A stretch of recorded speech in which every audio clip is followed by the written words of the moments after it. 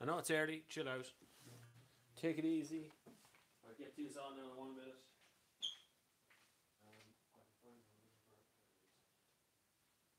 I forgot something, and I'm after clicking the go live button, didn't I? I usually have a good 10 minutes to go yet. But anyway, it doesn't matter because we're live, which is the start of the day. Things are going well already. I forgot to plug in my microphone, and so it's probably a bit echoey at the moment. Nice chair, says Oren Desmond. Right, thanks very much. Welcome to the Next Gear offices. I know. Still plugging in. Hold on. I forgot. I clicked go live and I meant to just. Right now, can you hear me properly now? Can you hear me properly now? Can you hear me, Clem Fandango? Is audio still working? Yeah, just somebody answer me there on the screen. Just make sure it's all working. Things are good, Stevie Shaw. I'm okay. Good stuff. Andy McAfee can hear me, so everybody can hear me then. That being the case, I hope audio good. I'm glad. Normally I have that all sorted out before I ever click the get started, but we got started. A kind of hair trigger on that one. Went fast. Welcome to the Sunday service. That's he is all going straight in there. Audio, come on. Thank you very much. Click the like button on your way in if you wouldn't mind. It'd be really good. That way YouTube knows that this is happening. First off, hats off. Absolutely spot on. And I literally do mean hats. This was sent to me. There's the address thing. You can send stuff if you want to send. It's in the links in the comments below. But look, there's a card drawn in the front. Anyone want to identify what kind of card that is? A card beautifully drawn in the front. And I got a hand knitted hat, which has come in really useful over the last few days because of Storm Emma. And of course, Storm Emma in the Midlands was absolutely decimated. A few hours before Dublin, it kind of swept up from the bottom of the country, came straight through the Midlands. So we kind of got maybe 10 to 15 centimetres of snow here before it even started to snow in parts of Dublin. So it was quite hard going for the first few days. And the problem was we had just collected an electric car. And I also had the mighty Tiguan, the Tiguan Allspace, which is still here with us. Out of sync. They're saying to me, not out of sync this end. Is it? Out of sync. I don't know what that means, but I don't know what I can do about it other than restart the entire thing. I can possibly restart it. Hold on. Let's see if we can get this sorted.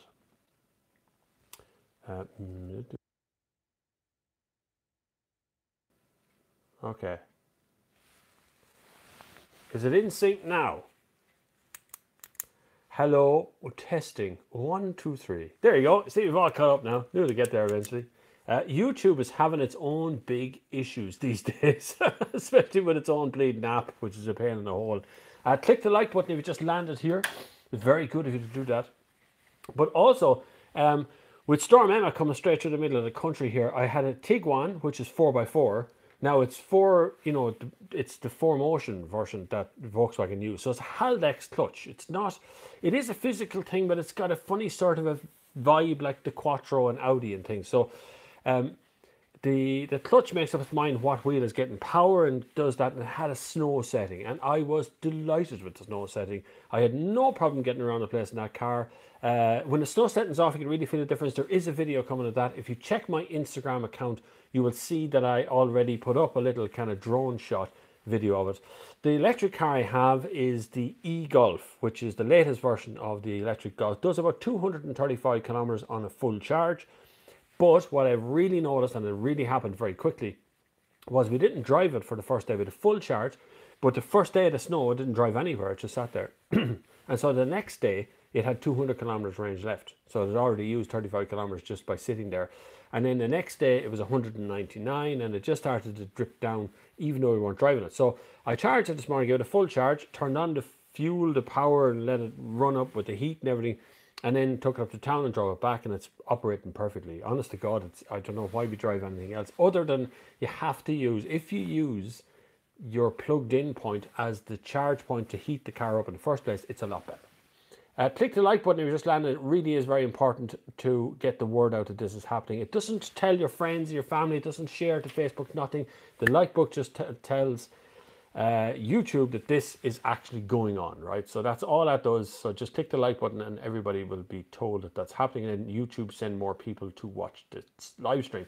Last week was our biggest live stream ever. 1,500 people were watching last week for the full 2 hours, and this week looks about the same. It's on, it's catching up. The podcast version of it is catching up. If you search through your iTunes, you will see it on a podcast. So if you missed this and you're listening back to it, what are you doing? What's more important than listening to this on a Sunday? And what else could you be doing in like 2 inches? I still have a good 5 inches of snow in the backyard. So nothing much has changed. See, we're off already. Look, 64, 65, 66 people watching already. So everybody click the like button. Thanks very much. A good man, Aaron Bell, has cleared his whole driveway of snow and the road to go with it. And I've done the same thing at the front of my house. Very important, you clear off the snow off the roof of your car. If you're still carrying any, you shouldn't be. It's raining here in the Midlands, so it's dripping away. But you should definitely get rid of the snow off the top of it. It'd be really useful because it just blows all over the place. Yep, fine. Yes, I need a loud. We reach loud and clear. Good stuff. What electric car do you have? E-Golf. Well, Robert, any plans to review a JCB dumper or digger for the young lads in Dublin? Yeah, that was pretty tragic. Unfortunately, when a small group of individuals get the head up, maybe some drinks, maybe some drugs, don't know what was involved in that, get their hands on some heavy machinery, and they attack a building that's not made of bricks and mortar. It's made more of reinforced steel and things, so it just kind of collapsed in on top of itself. And then, of course, the whole thing got out of hand, and they tried to open safes, and people are standing around looking at it. It has nothing to do with the area of the country. I don't believe the people of Jobstown or Tala or anywhere in that area or anything to hold up as problem individuals. I just think there's a certain small group of individuals among that who just got out of hand, and it's tragic, and it's the loss of 30, 35 jobs plus downstream jobs from there as well, of their own local Lidl. I'm sure Lidl will build it again, but you know, that's what insurance is for, I suppose. When they get attacked, I would rather see it not happen at all. I'm very blown out on one side of my face for some reason. Sometimes this app isn't very good at deciding what it's going to do. Do you think the Allspace Tiguan is as good looking as the regular Tiguan? No, I think the regular Tiguan's nicer looking, but the Allspace does add something to the mix. So it does look a little bit different from the rest. It certainly doesn't look like a Kodiak. You can tell them apart pretty easy, and that's basically, they're basically the same cars underneath to share the chassis and the engines and the gearbox and running gear and stuff. It's very luxurious, the size. It's very quiet on the road. I noticed that as well. It's very quiet when you're driving along, and it's really economical for a four-wheel drive. So I was very impressed with that in the Allspace. Thank you for clicking the like button. Keep clicking the like button if you're just landing here. It's very important. The more likes that happen, the quicker YouTube. It's a stupid thing. I know it's a bot in the system, but the more likes that happen in a period of time, the more people watch stuff. Hopefully, you've all watched the Jeep Wrangler video. I know about 1,500, 1,800 views or something on this morning. I think YouTube's not sharing the videos like they should. I don't know why, but it's just the way YouTube goes through this sort of stuff. Hi Bob, hope you thawed out now. Nice shots on Instagram over last week and a live stream. Yeah, I went live on Instagram as well, just for fun. Ended up being quite busy actually. But that's part of kind of it, is reaching out. I often get the same sort of question over and over and over again on Instagram, because I'm very contactable on Instagram. If ever you want to get there, it's just at Bob Flavin there. And I do answer the DMs as much as I can, but there is quite a lot of DMs. I got some hatred this morning as well, which is kind of funny. It's funny when people get so uptight. The best thing they can do is just sit there and, you know, rag on somebody who's just trying to be nice.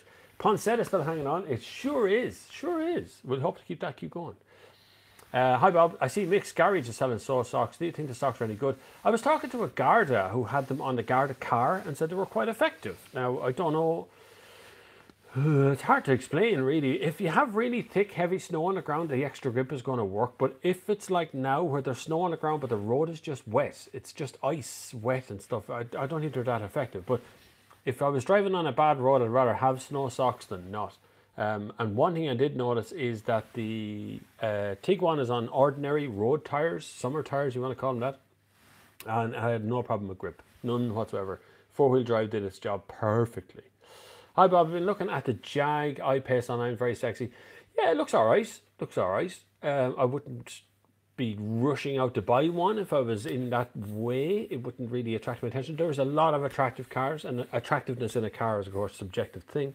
And Jaguar have in the past made nice looking cars, but look what Volvo is doing with their design at the moment. That's incredible stuff. The look of a Volvo currently, and the design team behind the Volvo group, and the confidence of the group to bring out cars that look like the way they do in the interior, they're doing an incredible job. I think they're making Jaguar look like amateurs when it comes to they're making pretty much everybody look like amateurs when it comes to design teams and what's needed right now. I'd like to see more from what Jaguar is trying to do. I understand, but they have the money now to really push forward, and they've had the money for the last few years, and they're doing little bits and not enough all at once. Look at what Volvo has done with their money, both funded by Chinese companies. So they should be able to take off and run with it as hard as they can, but I think Land Rover's holding them all back. I'm off next week, but the Sunday service conflicts with a Skoda owners meet in Lisburn, so I shall be here in spirit only. In Lisburn, right? That could be good. Skoda owners, right? How many Skoda owners be going along to that now? If it was a big thing, like I might go along to it as well, but Lisburn is quite a drive, man. Good afternoon, Bob. My first Sunday service watching you live. Phil, come on, from my wheelchair. That's really interesting. Are you actually in a wheelchair, Phil? I haven't looked at your channel. But welcome to the Sunday service. Glad to have you here. 2018 X-Demo i30N performance just booked in an i30N. 1,600 miles, 25,000 at a main dealers in Northern Ireland. Good, bad idea, tempted here. I haven't driven it. Hyundai wouldn't be well known for having performance cars, but have a habit of bringing out things just at the right time. I saw a Kurka or something this morning as well. It's a hydrogen car they're going to try and get Germany going on. Their design teams are very good. They don't have the heritage, but then Kia hadn't got the heritage with the Stinger and managed to bring out a decent car there. And so I imagine Hyundai, who could put down a lot of money very quickly, have brought out a very fast hatchback. I've seen it getting good reviews online. Looks good. I have booked it in. I'd be very interested in driving. I'm looking forward to having a spin as well. I have a feeling you would lose your nut on fuel economy, but that's par for the course, unfortunately, when it comes to the kind of fast cars. But for 25 grand, 1,600 miles, can't imagine much of a problem with that. Doran says, what to choose between a Tiguan Allspace and a Touareg? They seem about the same size. Yeah, Touareg used to be the kind of commercial one. It used to have the bigger engines. It was a 3-litre diesel and had all that sort of stuff. But then Volkswagen have done away with a lot of that stuff. So it's really looks that you're basing it on. The Touran, or the Touran. Did you say Touran or Touareg? Touareg. The Touareg will be a little higher in the ground clearance, and it looks like a bigger car generally on the outside, and it is a bit bigger on the inside. The Tiguan Allspace is a 7-seat, so plenty of room in it. It comes with a 2-litre diesel. Go for the 4x4 DSG if you want something very nice and very easy to drive. Although it does sound like a PlayStation when it's changing games. That 7-speed box on it. I found the Volkswagen setup on the box is a nicer setup than the Skoda version of the setup. I find the Skoda, particularly the Karoq, in 7th, flicks down to 6th all the time. Just seems to go, goes back up to 6th and 7th. I don't know whether it's good or bad, but it seems to affect if you look at them a little bit. But I would choose between the two. I would probably choose a Touareg just because it's bigger and I don't need 7 seats. Not for the kids, but that big boot in that Allspace is gorgeous. Love the RS3 video. Are you flying drone as well? I do everything on this channel. Everything. Actually, the drone is a DJI drone, a Mavic Pro, and the Mavic Pro can be set up to follow a car. So some of the shots you see on the RS3 video is the drone flying itself. I'm not doing anything, I'm just driving the car. And other ones are actually done the day after by another person. So I kind of have a crew, which turns out to be my family most of the time. Howdy Bob, delighted to catch the live stream. Come on, Niall McHugh, glad to have you here. Kevin Mangan says, not a Skoda owner, but really think of getting the Karoq. Just battling on whether to get the petrol or the diesel. Seems to have new challenge. There seems to be a new challenge lately. Karoq and Kodiaq are two of my favourite cars at the moment, although the Karoq does fall into a problem because Seat have their Ateca, and Volkswagen have the Tiguan, and Audi have the Q3. So they do, when you line them up beside each other, they do start to look very similar. The Karoq would just stand out a little bit more because of some clever little touches like the umbrella under the front seat, the ice scraper in the boot, the kind of one-handed opening of the bottle, those kind of clever things that put in, which is pretty good.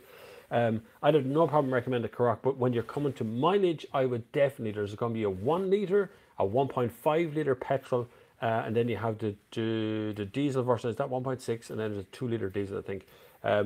1.5 petrol's a lovely cruisy engine, will do a perfect job for what you're looking to do. So go for the petrol. But if your mileage is getting close to maybe 15 to 20,000 kilometers a year, you kind of need to steer yourself towards a diesel, unfortunately. It's just a petrol won't do that kind of mileage. But just look at your mileage regularly. Determine what it will be your maximum mileage. We only looked at the Leon there recently. My wife drives it mostly. I figured out she does about 4,000 kilometers a year. 4,000. I mean, she could do that on a bicycle. Like, it costs you nothing at all. But it's only when you actually sit down and start analysing the mileage, then you realise there's something going on. But I had no problem recommending either petrol or diesel in the Karoq. They're both really good engines. Just decide whether you want 1 litre or 1.5 litre, it should be fine. JP O'Callaghan just dropped in. Hi Bob, the Tiguan 4Motion part-time four-wheel manager is permanent. Well, when I say it's permanent, it makes up its own mind what it's doing. But they're permanently connected. The back wheels don't have to lose grip for the front wheels, you know, for the power to be shunted around. It just shunts to the wheel that has the most amount of grip on it. And so it's more or less permanent four-wheel drive. It does slightly affect the fuel economy, but only, if you're looking at percentages, probably 1 to 2% of a change in the fuel economy from having a 4x4 to 2x4. And DSG does affect it ever so slightly as well. I'm full-time wheelchair Bob, and I have a Leon 3-door FR 1.8 petrol. Good choice of car, easy access as well, big fat doors and that thing. The reason for the 3-door is so I can put my wheelchair over me and swing it into the back seat. Hard to find the 3-door cars. It is actually, yeah. I actually drove a hand-controlled Skoda Octavia once upon a time. I think it was a Skoda Octavia, but it was the hand controls, you know, the one where it's on the steering wheel. You pull the accelerator in the steering wheel and you pull the brake on the far side. And it was really hard to wrap your head around how to do that at first, but then after a bit you get used to it. It was actually quite nice, but it's actually quite hard to get things done in Ireland for the wheelchair people, and only a few dealers in the country have had any training when it comes to selling a car that can be adapted for hand controls and wheelchair use, and being able to get things in and out, and even things like hip problems or back problems, where people have these persistent back problems and hip problems and just can't get into low down cars. A lot of dealers don't think about that, just want to sell some cars. But Leon 3-door, any of the 3-door cars would have a wide open door, so when it swings out, you can get plenty of manoeuvrability in it. And I know you want to get your wheelchair right into that space, so you can just hop from one side to the other. When do you think you'll get the Niro review up? Kia Niro, FEV. The FEV, I have to think about that one. I know I've had that one. I have to think about the reviews in order at the moment. There's a ton of reviews to do at the moment. I'm actually cutting another video as well for Waters Garage in Kildare, Sayek Garage. I interviewed the owner there, who was the owner since 1978 or something. Good afternoon, Bob, from a snowy County Meath. I actually saw a video recently on Instagram of a friend of mine in Meath driving along, and the drifts are like 7 foot up the side of the road. They're crazy. Same around here as well. Crazy stuff. Craig Russell, hi Bob, what do you think of the best automatic gearbox around the moment? DSG. DSG is the smoothest gearbox, 100%. You just don't feel a gear change, and you stop thinking about it after a bit. You stop worrying about what gear it's in. It just does that job. Amazing thing. But Ford have power shift, and power shift I know has been a problem for Ford over the last couple of years, particularly in Australia. The dry climate seems to be drying out the kind of wet clutch system that's inside of it. But power shift would be as clean of a gear shift as the DSG model, but very little else compares to DSG in the market. If you're looking for a smooth, consistent power output, DSG is just unbeatable, particularly when you put it into something like an Audi Quattro or even RS3 video that I put up as well. That DSG feel, it just boom, boom, boom, boom. It's just like pulling triggers on a gun. It just keeps firing away, and there's always a gear there for you. Amazing thing at the moment. But obviously DSG, it's an automatic. It comes with its own kind of problems as well. You know, people go DSG had problems. It was a few years ago, not at this stage, but I can't imagine still at the same problem. Kevin Mangan says, cheers, thanks. Colin Malone, does any of the VWs or Skodas you mentioned have a seat remember feature? There is an electric one. Yeah, I've used it in Skoda. How to? No, it's not standard. It's an electric pack, but it does have memory seats 1, 2, 3 on the door. Yeah, I always share my wife on different seat positions pain because of wear and tear to electric looms in the BMW 3. Yeah, it's quite an expensive option in BMW. BMW options tend to be pretty expensive in the first place. But yes, the whole Volkswagen group does have memory seats. I've used them in all of them as far as I remember. Not too sure about Seat, possibly. I'm sure it's there as an option. Well, what option, I don't know. Skoda have gone the route of Volkswagen with the pack thing as well. So, like I was looking at a couple of things that I kind of like in a Skoda Karoq, but I find out as part of a pack, like the bin in the door is not a single option. It's part of a pack of things that's 1,400 quid for a little bin. But electric seats are definitely an option on the Volkswagen Group car, yes. Hello, Bob. Moving to electric cars, will the pure driving experience die? No, it's, if anything, it's even scarier than driving a petrol car. Is less grip. It's crazy stuff.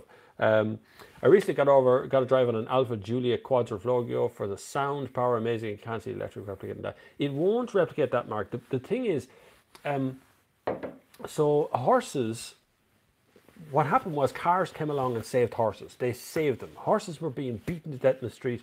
They were dying in the street. There were knackers yards everywhere. They were being dragged on the back of trailers, being carted off and turned into glue. And then the car came along, and suddenly the horse didn't have to work so hard. So horses went from being beaten to death in the street to being minded like big children and raced and looked after, thoroughbred and breeding, and very careful programs to look after them all. And so cars are kind of the same. Right now we are beating our cars to death in the street. These things that are doing gigantic commutes, 100,000 kilometers in their lifespan, 250,000 miles, all this sort of stuff that we're doing, we're killing the car slowly but surely. And what will happen is electric cars will come along and we'll start respecting the petrol car again. So there'll be a place for Quadriflagio, for Golf GTIs, for all these fast cars, all these little cars that are out there, like the Polo GTI and stuff. They're all on the way. So all that will be saved by electric cars, because we will drive the electric thing on a daily basis, and then on a weekend we'll take out our Quadriflagio and drive the hell out of it and have fun doing it. And that will continue. I foresee that going on for a long time, because the whole point of a car was to allow people independence, allow people to go places and do things. And that car shrank the world completely from this giant thing that would take you days to get 100 miles to suddenly being able to do 100 miles an hour. And it's like a crazy amount of time. Now planes have shrunk it again, but still cars are hanging around there. I don't see that changing. But I do see us not having diesels and petrols and all that stuff sitting outside the door for 8-9 hours a day and then driving it once in a while. That's got to change. That was an answer to a very long answer to Minsk question. What about BMW gearbox? Yeah, that's quite smooth, but it's a premium. There's a premium attached to that. So DSG is available on a Seat. You know, it's on very reasonably priced cars. You can have it. You can have a DSG on some of the smaller stuff in the Volkswagen group. Whereas if you talk about BMW, you're starting there at 30,000 euro in this country, 20,000 pounds probably in the UK. So you're starting at a very high point just to get near that gearbox. And so while BMW have a very smooth gearbox, there is quite a premium to go with it. It's meant to be a premium brand. If you haven't done it already, will you click the like button down below? And if it's your first time here, you can click the subscribe button as well, which is also good. It's a big red thing just down the bottom that says subscribe across the middle of it, in case anyone hasn't noticed it.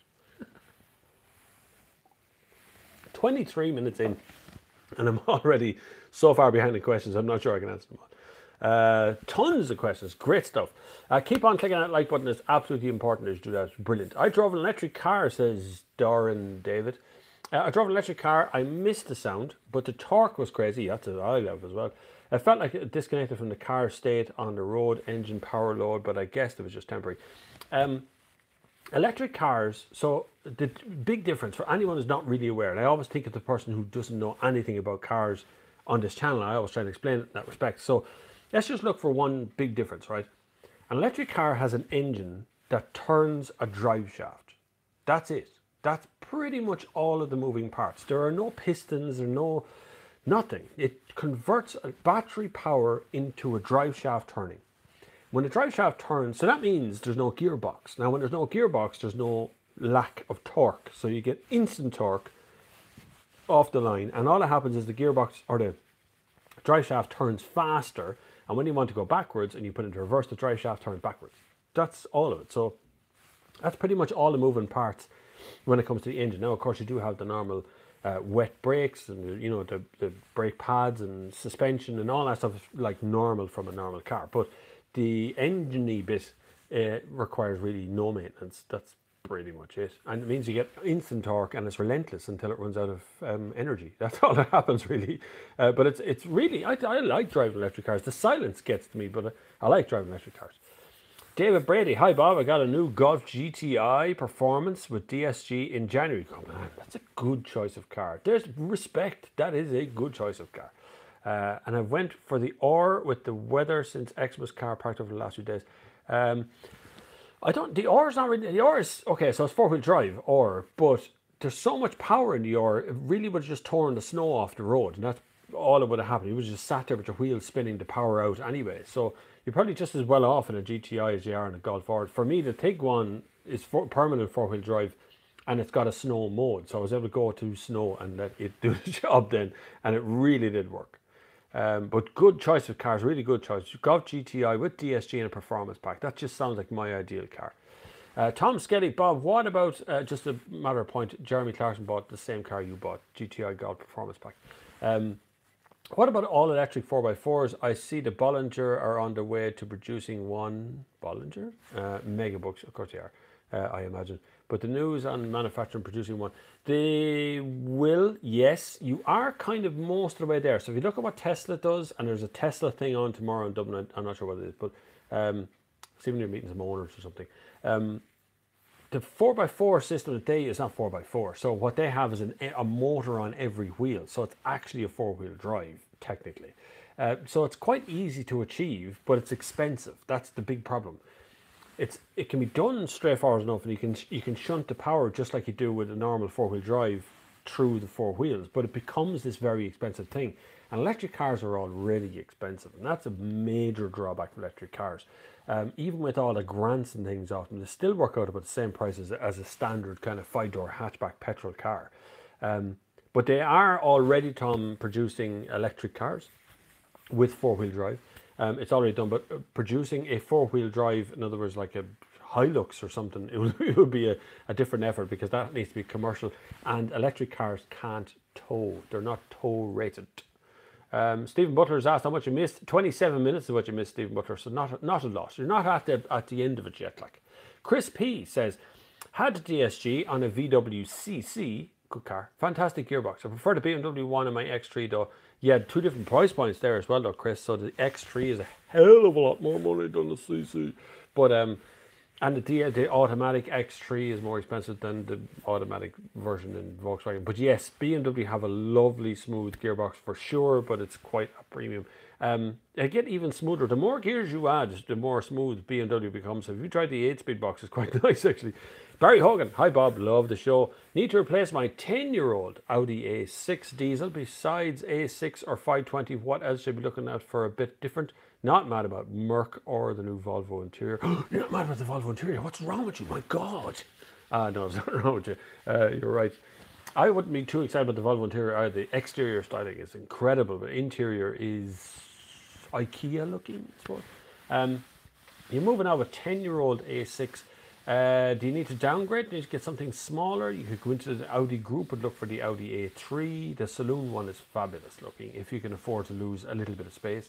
A4 Avant is quite nice as well. Outside of that, if you want to stay away from BMW, so like the 3 Series or the 5 Series, Mercedes, Jaguar do a nice line of saloons as well, around the same price, but I don't like the wheels that come with the entry-level model.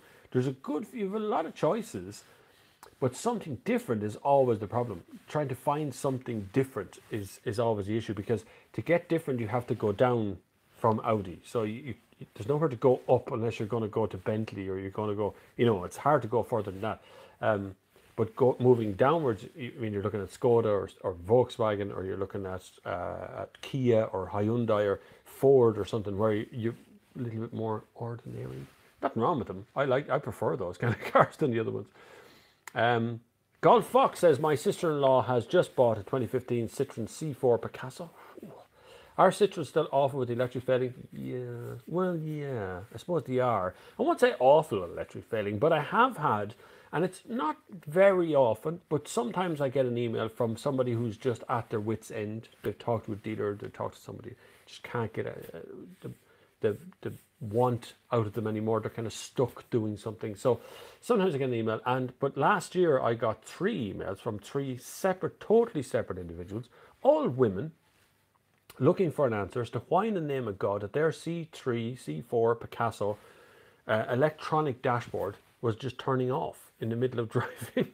So the electronic dashboard, anyone's not aware, Citroen went all electronic. So the whole dashboard from one side to the other, including the touchscreen in the middle, is all electronic, which would, under normal circumstances, be fine. But if that electronic dashboard shuts down, there's no backup. So you just have a black screen. You can't see the revs, you can't see the speed, you can't see anything on the screen.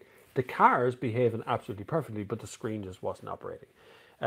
One woman told me she'd been to the dealer 3 times and it had been fixed 3 times, but it just continued to happen again over time. So I'm not saying that this is a widespread thing. This was 3 instances, which is not very many. It just so happened those 3 people contacted me directly.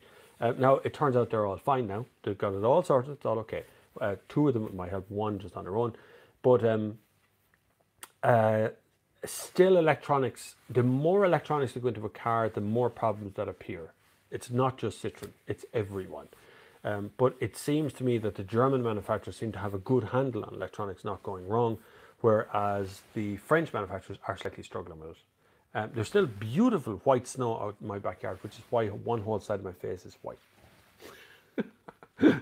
Bye, Bob. What do you think of the Passat 2017 R-Line? Thanks, great show. Keep them coming. I like the Passat. It does blend into the background ever so slightly now because there's just so many of them on the road. But if you can find a good clean one in the R-Line model and get the DSG box in it, you'll be happy as Larry because it's a lovely subtle thing and it drives on the road. Don't forget to click that like button while you're here. It'd be really good. 94 of you watching. Do you think we could get up to 100 contiguous watchers at the same time? Look, 97, so close. Click the like button. We're all doing well here. Stephen Butler just says a Mazda 6 without any relation to whatever Mazda 6 means, but I'm sure you're answering somebody's question. That's what I love here. A little bit of community thing happens here all the time. People start talking to one another in the middle of this. The podcast which is coming out of this, so I'm filtering through all the back episodes to try and figure out which one to put up. There's 100 people watching all at the same time. That's absolutely fantastic. You're so kind. But that's more than most radio shows get, kind of just say, at exactly the same time. But if you look at the podcast thing, it's actually been downloaded a hell of a lot. There's so many of you after coming along to the podcast part of it now who are now sending me emails to thank me, to keep me on. I'm keeping them company on long drives and stuff. So they have, you know, clicked on and they're playing through their Bluetooth and stuff through the speakers. So it's kind of a weird thing that's after happening to the show, which is really good. I love it. It's brilliant that this 2-hour one-to-one show, so to speak, has become so popular, which is really good. Where were we? Our lass, that's good. You're not from around here, obviously. Lass is very Scottish thing. Takes delivery of a new Yaris hybrid. That's not a bad little car, actually. Any advice how to get the best out of the hybrid system? She's a little heavy on the right foot at times. If she's heavy, she will pay the penalty at the pumps. That's what will happen. You will instantly think, my God, if I just slow down, if I just take it easy. It's all about kind of driving with the egg under the accelerator pedal thing with electric and hybrid. If you floor it, it will give you power, but it will also just suck in that petrol to do that job. It's all about just trying to regenerative cycling the brakes and trying to get as much energy as you can back into the battery for free. That's the point of a hybrid. You can, what's that thing called where you drive for the entire time and you're trying to get it on the battery all the time? There's a name for it. But there's a few ways of just making sure that you keep it stable. The less amount of work you get the engine to do, the more free electricity you get out of it. So when you're driving your hybrid thing, make sure you decelerate often. Don't accelerate hard. Try and keep a stable pace as much as you possibly can. It's all good. What's your view on all season tires, says Graham?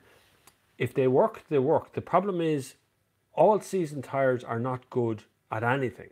They're good at a little bit good at everything. That's the problem with all season tires. So they're pretty good in the winter. They're pretty good in the summer. They're not really good at either one in particular. Summer tires are very good at summer tires. Winter tires are very good at winter tires. So winter tires can have spikes on them. little tiny metal spikes that stick out of them. Very interesting to see them. I used them in Finland on the Skoda trip with the Karoq and the Kodiaq and everything. Hypermilling, that's the name of that. Hypermilling is the ability to be able to drive, and thanks to Niall McHugh, and it comes back in through the system. So you're always on the battery, and you're forcing the battery to regenerate the whole time. But where was I? So all-season tires are a good, for Ireland, they're not a bad idea because we never really get these extremes. The last time this happened was 1982. I seem to remember one in around 89 or 90, somewhere in there. I have pictures at home of me, maybe 15, 16 years old, standing in front of big snow drifts on the outskirts of Kildare town. So it's definitely happened a few times, but not. This is very irregular. Last winter was fairly meh, you know. So we don't really get that much. But if you can afford them, you can get the kind of all-season tire. But they're just not good at anything in particular. That was for Graham Doran. It was a 10-year-old Audi replacement. Oh, the 10-year-old. Yeah, Mazda 6. It's not a bad suggestion, actually, Stephen Butler. You see, there you are. I Pirelli Scorpion fitted, and they were great in the snow. Anything that gives you a little bit more grip is always going to be great in the snow. The problem is it's never going to give you the amount of grip a proper winter tire does, because winter tires start to begin to operate at like 4 degrees and downwards. So, but like in parts of Northern Europe, if you're from anywhere in around, you know, Finland or Scandinavian countries of any kind, it's the law. You have to change to winter tires a certain time of the year, and then you change back to summer times when it's summer outside. You can drive winter tires in summer, but they're crap when it comes to rain. And crap when it comes to heat, they just stick to the road. Colin Foley, well, Bob, hope you are well. I am. Seeing people driving in the last few days with a roof full of snow on their car annoys me. It's a risk to their own safety. It's a risk to everyone's safety when you do that, not just your own. But if you have snow on the bonnet, it comes up the bonnet while you're driving along. You need your windshield wipers to get rid of it. Your windshield wipers freeze up, and all of a sudden your windscreen chips and you get lumps coming off on the snow. If it's on the roof, when you reach a certain speed, it comes flying off the roof and everybody behind you gets blinded. Or worse, it comes off as one big chunk on the road, falls on the ground and becomes a snowdrift all on its own. I've seen it loads of times over the last few days. It's very scary when that sort of stuff happens because it's all one white lump on the ground, and then you hit it. It's much like a speed bump. You should at all times, I know it's a pain in the hole, but that's the problem with snow. Snow is a pain in the hole. But once you get used to it, you start to clear off the snow off your car and get around and do stuff, and you can get out all the time. Adrian Grover, afternoon, Bob. Was fortunate enough to have a drive with the Audi S3. Oh, Audi S3, gorgeous. Last week as a loan car, really lovely to drive, good in the snow too. Yeah, it would be because it's a full quattro, a real quattro, so it'll easily deal with snow as it is. 400 horsepower would be helpful for tearing the road up bit by bit.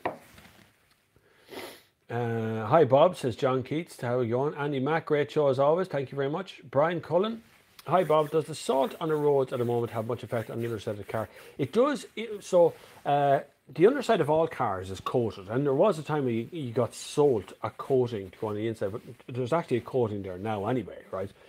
The problem is if that coating has been chipped or anything's been chipped on the metal, so if there's a mark or a dent or anything that sort of stuff underneath, and the salt gets in there, it begins to attack the metal. Salt is corrosive to metal.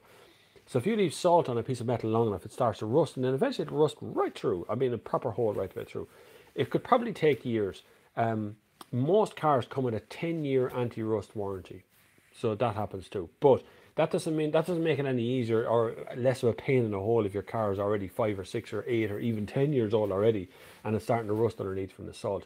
Salt does. We don't use salt much in Ireland. You'd be surprised how little we actually use it. I know they talk about it on the news and millions of tons of the thing, but they actually put on a coating. All salt does on a road is stop freezing. It doesn't get rid of something that's already frozen. It just stops it refreezing. That's the key of salt on the road. Usually we use just a grit mix, and grit is like these minuscule little stones that aren't salt at all and they do basically no harm. Although they will, over time, they'll destroy the underside of a car as well. Where was I? Hypermilling has less of a ring to it than hyperkilometering. It's good. You just trademark that phrase. Absolutely trademark that phrase. Hyperkilometering.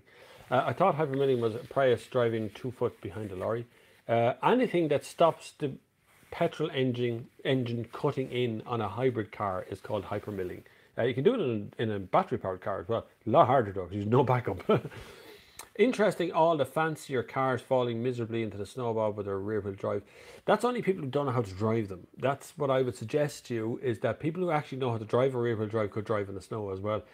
These conditions, almost every car will fail in. Almost anything out there. Any of the electric cars with the skinny little tires are going to fall apart because they don't have enough grip. There's all kinds of reasons why they all fall apart. But rear wheel drive cars are a problem in the snow. But they are certainly possible. But rear wheel drive car on summer tires in the snow is dead in the water before it ever begins. You absolutely have to have winter tires on. A bag of concrete in the boot will help as well if you really want to weigh down the boot a little bit. But it's not just fancier cars, anything that's rear wheel drive.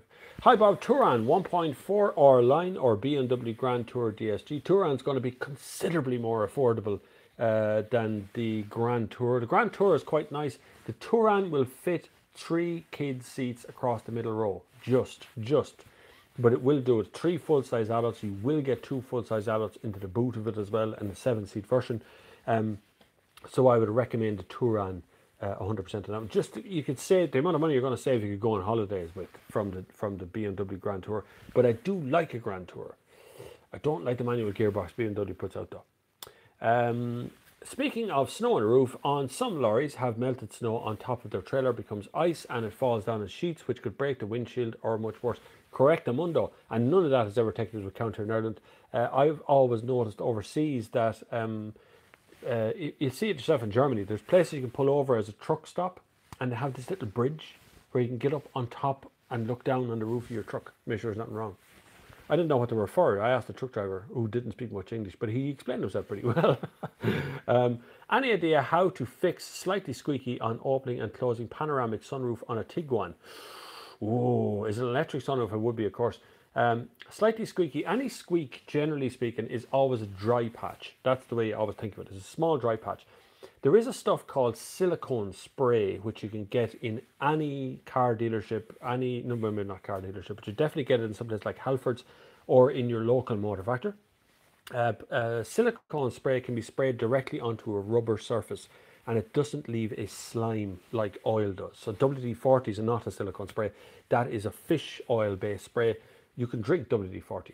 A few other tips with WD-40 coming up, but the silicone spray, if you spray it along the rubber lining, the rubber line of where the panoramic roof opens and closes, just open and close, let it run through it. Don't spray too much, just enough to go along that line. It should solve your problem. Silicone spray is not a real oil. It's a silicone that doesn't interfere with moving mechanisms and rubber stuff. You can spray it directly onto electrics. But WD-40, if you want, in your shower inside when you have the door and it all gets all coked in white and stuff, WD-40, put it on that and get all the way down to the bottom of it, and it stops that coating going on top of it. You can do all sorts of things. WD-40 is an amazing thing. It's actually based on fish oil. It's food safe. It's all sorts of things safe. You look into it, it's gas why it was invented in the first place.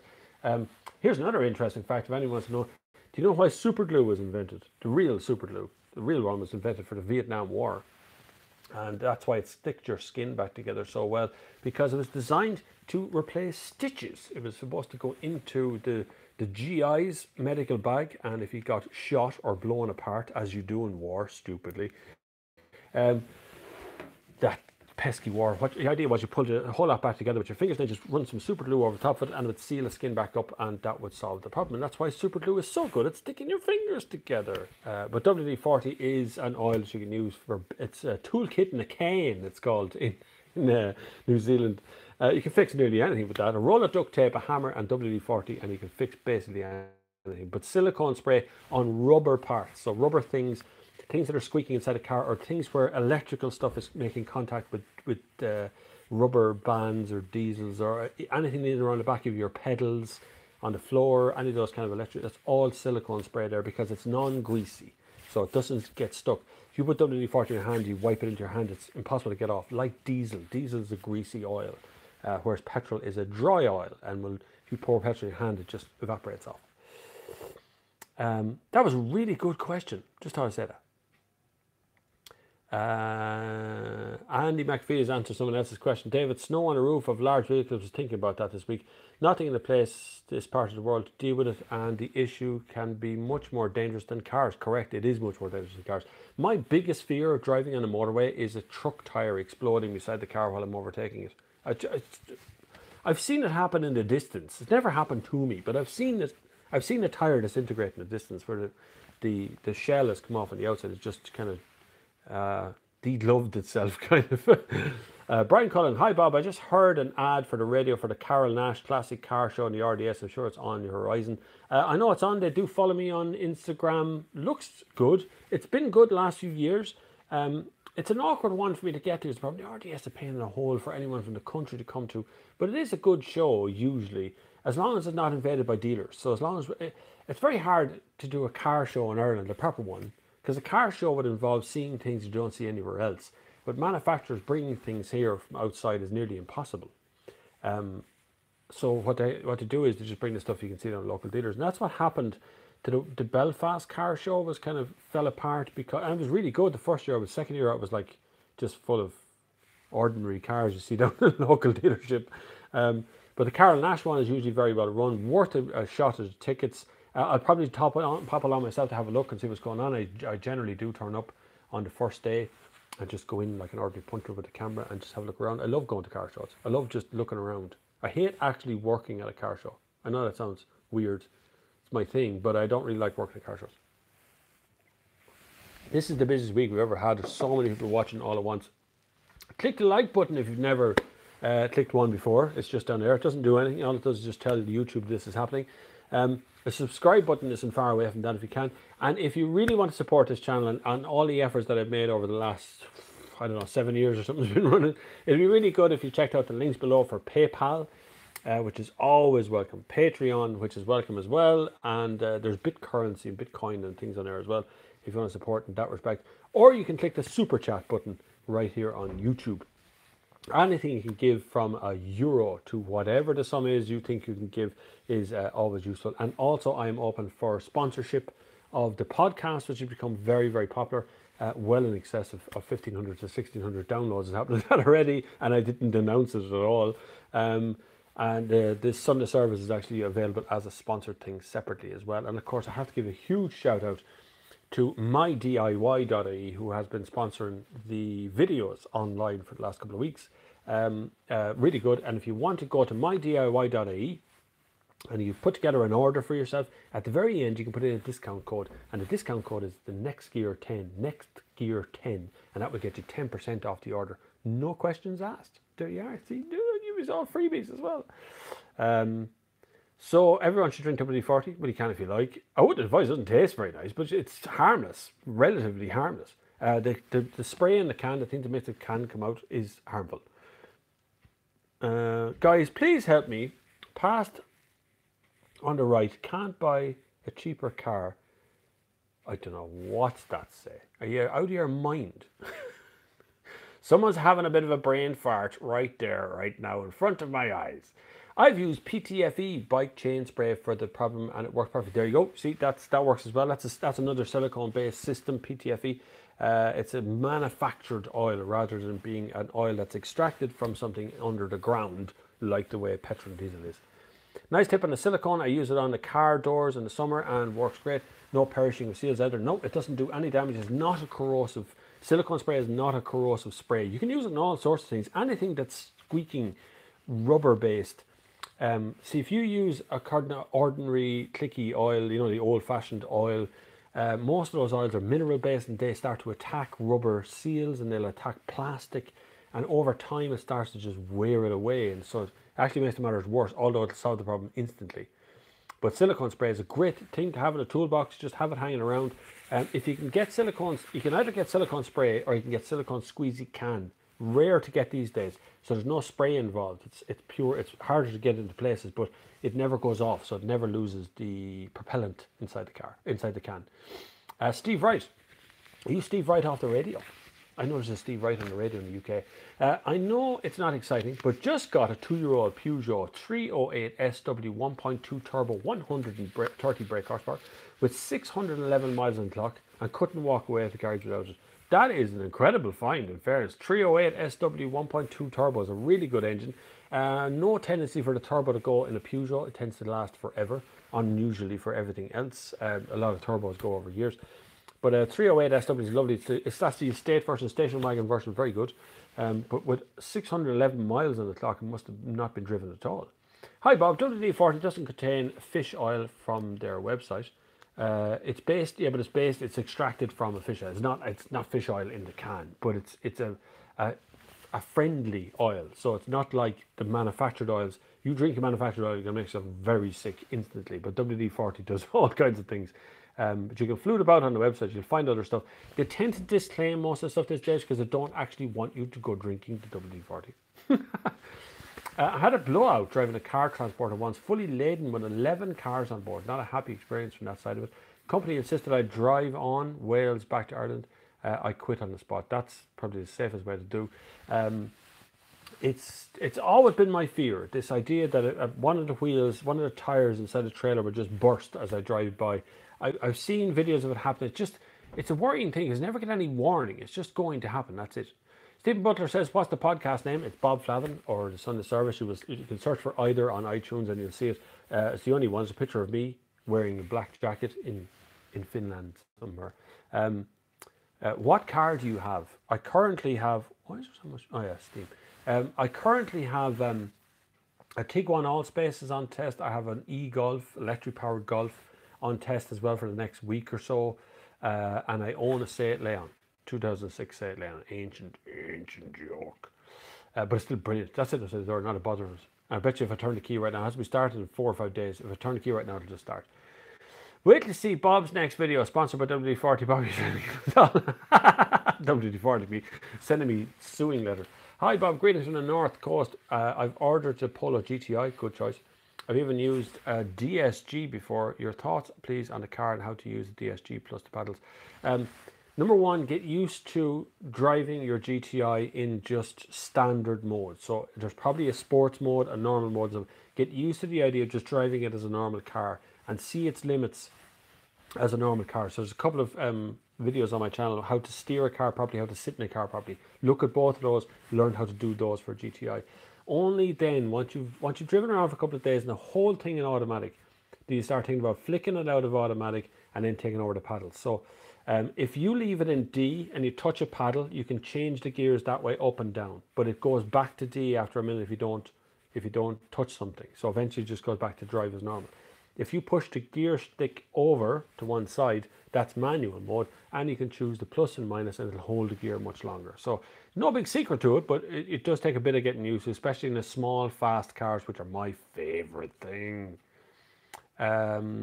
WD-40 has low oral toxicity. Swallowing may cause gastrointestinal irritation, nausea, vomiting, and diarrhea. Go for it, Brian! If someone's going to take a swig out of a WD-40 can, will you at least film it and send me a clip of it so I can put it out on YouTube? It'd be funny.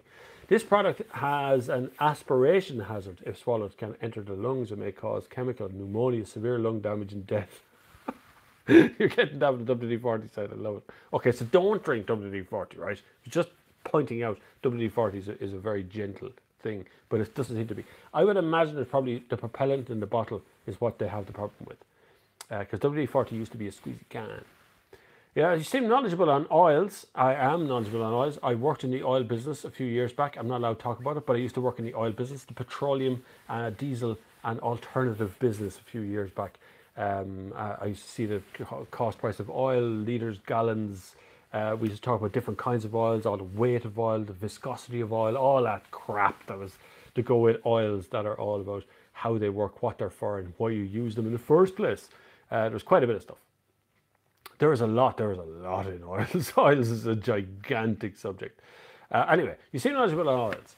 When my GTC goes in for a service, WX spray white goo all over the hinges and the locks. Do you know what it's called? What it is? That's silicone spray. It's a heavy duty silicone. So basically what it's doing is weather protecting the seal. So anything that moves. So if you look at a hinge, you've got metal, you've got rubber, you've got another piece of rubber, and then another metal bit in the middle, and that forms the hinge. So between the two of those dries out over time, over years. That white spray that they put in the middle is a silicone based heavy duty It's probably a truck version of it, but it works for a year more easy.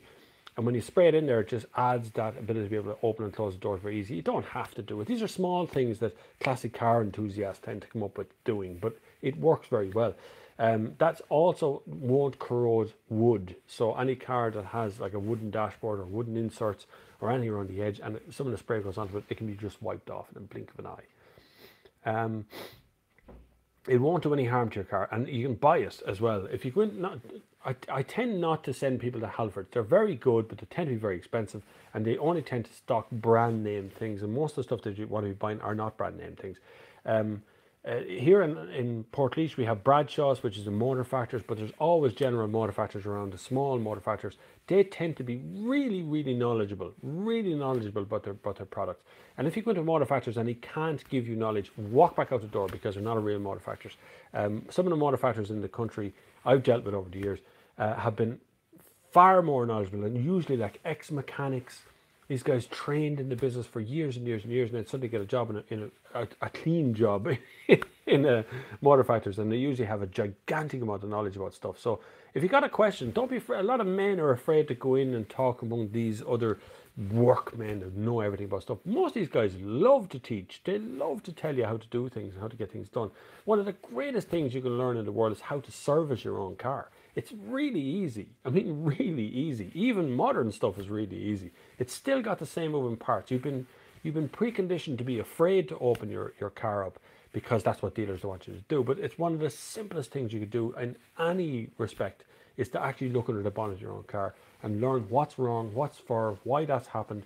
It's usually fairly straightforward stuff.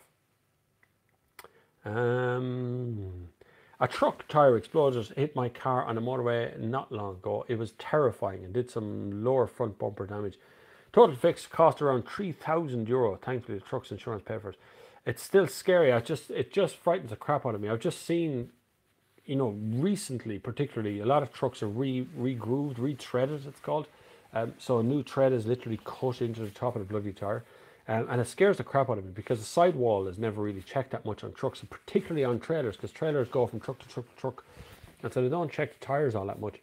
And I just have this fear of a truck tire exploding beside the car. It's a weird fear, but it happens. It would be unlikely, but I know it's happened to you, Hindez. I'm not using it for my stir fry anymore. No, don't. WD-40 on that sort of metal doesn't work very well. He was J.R. Fluffers. I know what that means. Hey Bob, what's your thoughts on Hyundai Kona? I did a video on the Hyundai Kona already. It's there. It's a good car, nice car, but don't buy it in automatic 1.6 petrol, because it eats fuel. 10.2 litres per 100 kilometers. Buy the manual version. Mini 5-door is overpriced. All Mini products at the moment they just look overpriced to me. I don't know why. I don't know why people keep buying them. The price is very high, very premium. You do get a lot of stuff in the Mini. The dashboard is gorgeous. You do get a second to none driving experience, but you pay through the nose for that.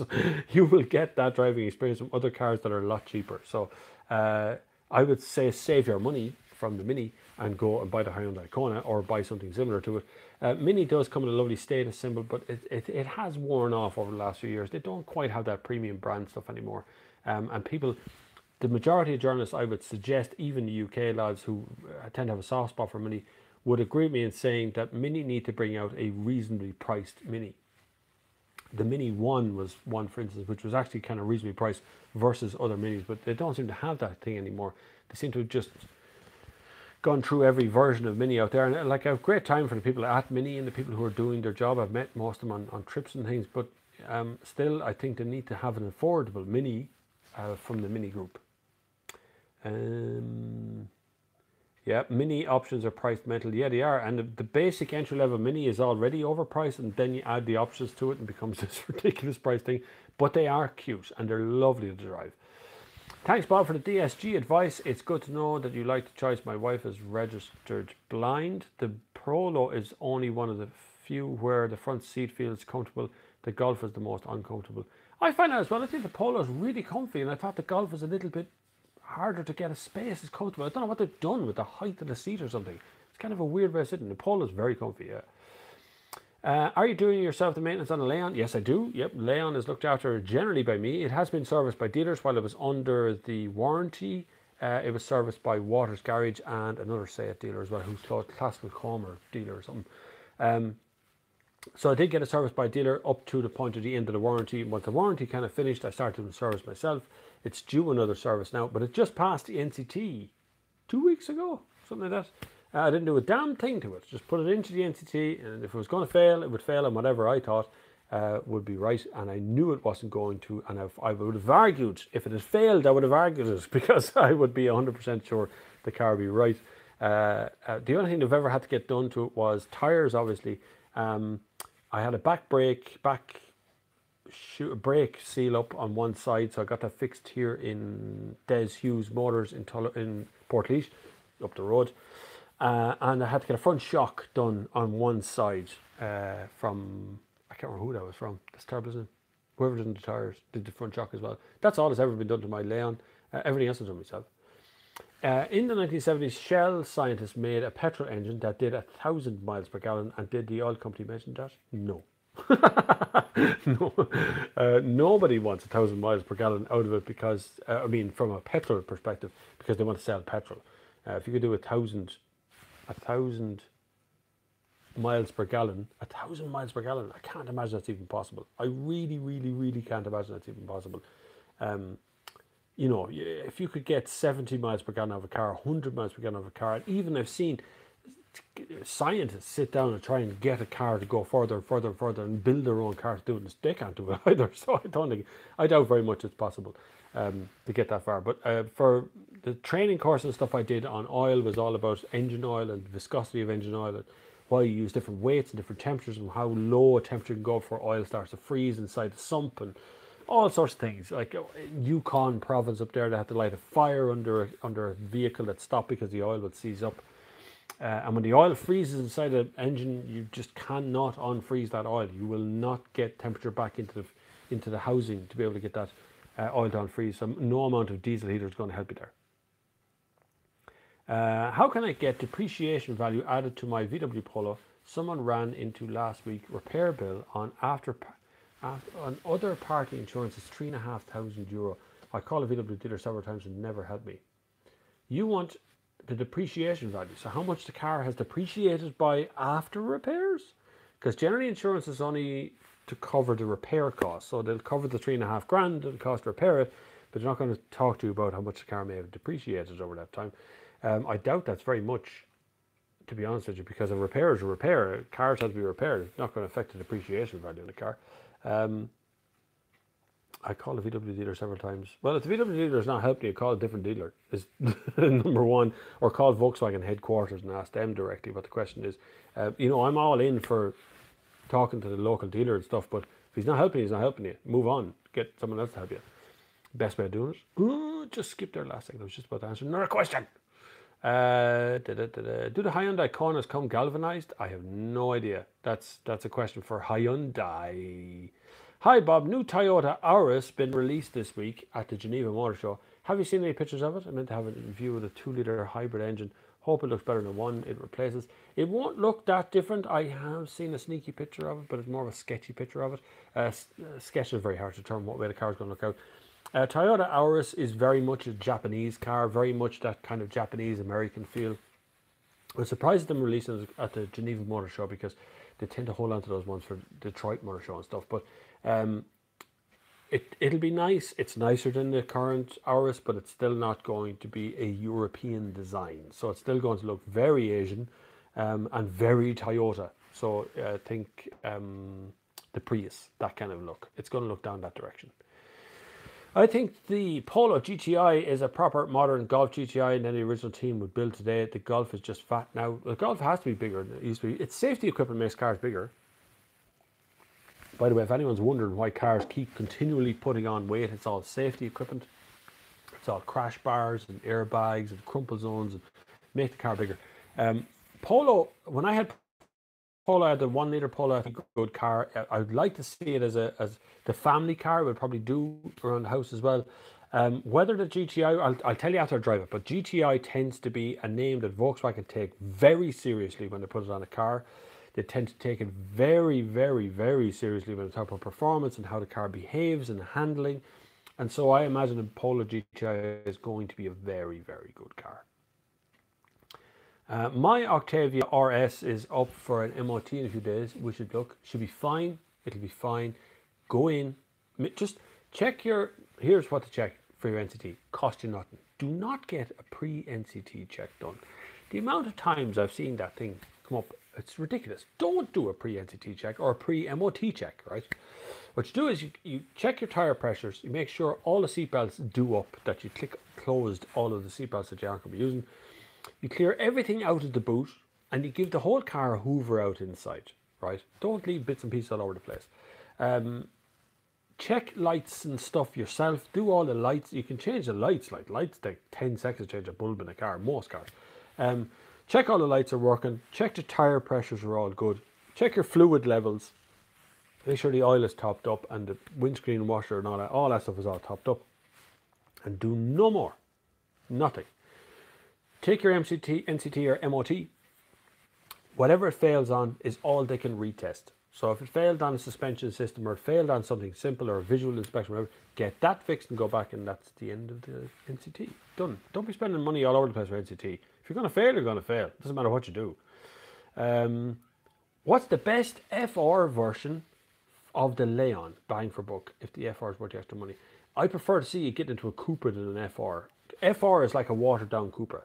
Cupra gets all of the really good racy car, and the FR kind of fits the bill as the diesel version, as the kind of, you know, the small petrol, the kind of ordinary Leon with a few extra bits on it. After that, I'm not sure what the question is. What's the best FR version for Leon, bang for buck? The FR worth the extra money. I'd go Cupra. If I was buying an Seat Leon in that respect, I would run after the Cupra instead of the FR. It just looks kind of weird when you... I mean, I remember a guy recently bought an FR, not that recently, maybe 3 years ago. He bought an FR, he brought it home, and he told me it was a Cupra, and I said, that's not a Cupra, it's an FR. And he went back to the dealership and said, that's not a Cupra, it's an FR, I bought it as a Cupra. And you might change the logo on the back to Cupra. Still wasn't a Cupra though. So he's FR. There you go. FR Nav 180 BHP. I think it is the best bang for buck. See, someone here is a great community here. Someone will always answer your question. What is your opinion about the new 508? Looks gorgeous. They seem to have solved the interior storage problem. The 508 had like no storage, nothing, nowhere to put that in. Even cup holders were a problem in it. But they seem to have solved that with the latest version of the 508. It looks amazing. But I'd have to see it in the metal and drive it and feel it rather than you know, look at the pictures of it. It's very easy for the guys who make the videos in a Peugeot to make a car look really, really good, no matter what you do. So I'd like to see the thing in the metal and see what it looks like. Geneva Motor Show will tell us more next week, and then in a few weeks' time we'll see it here in Ireland.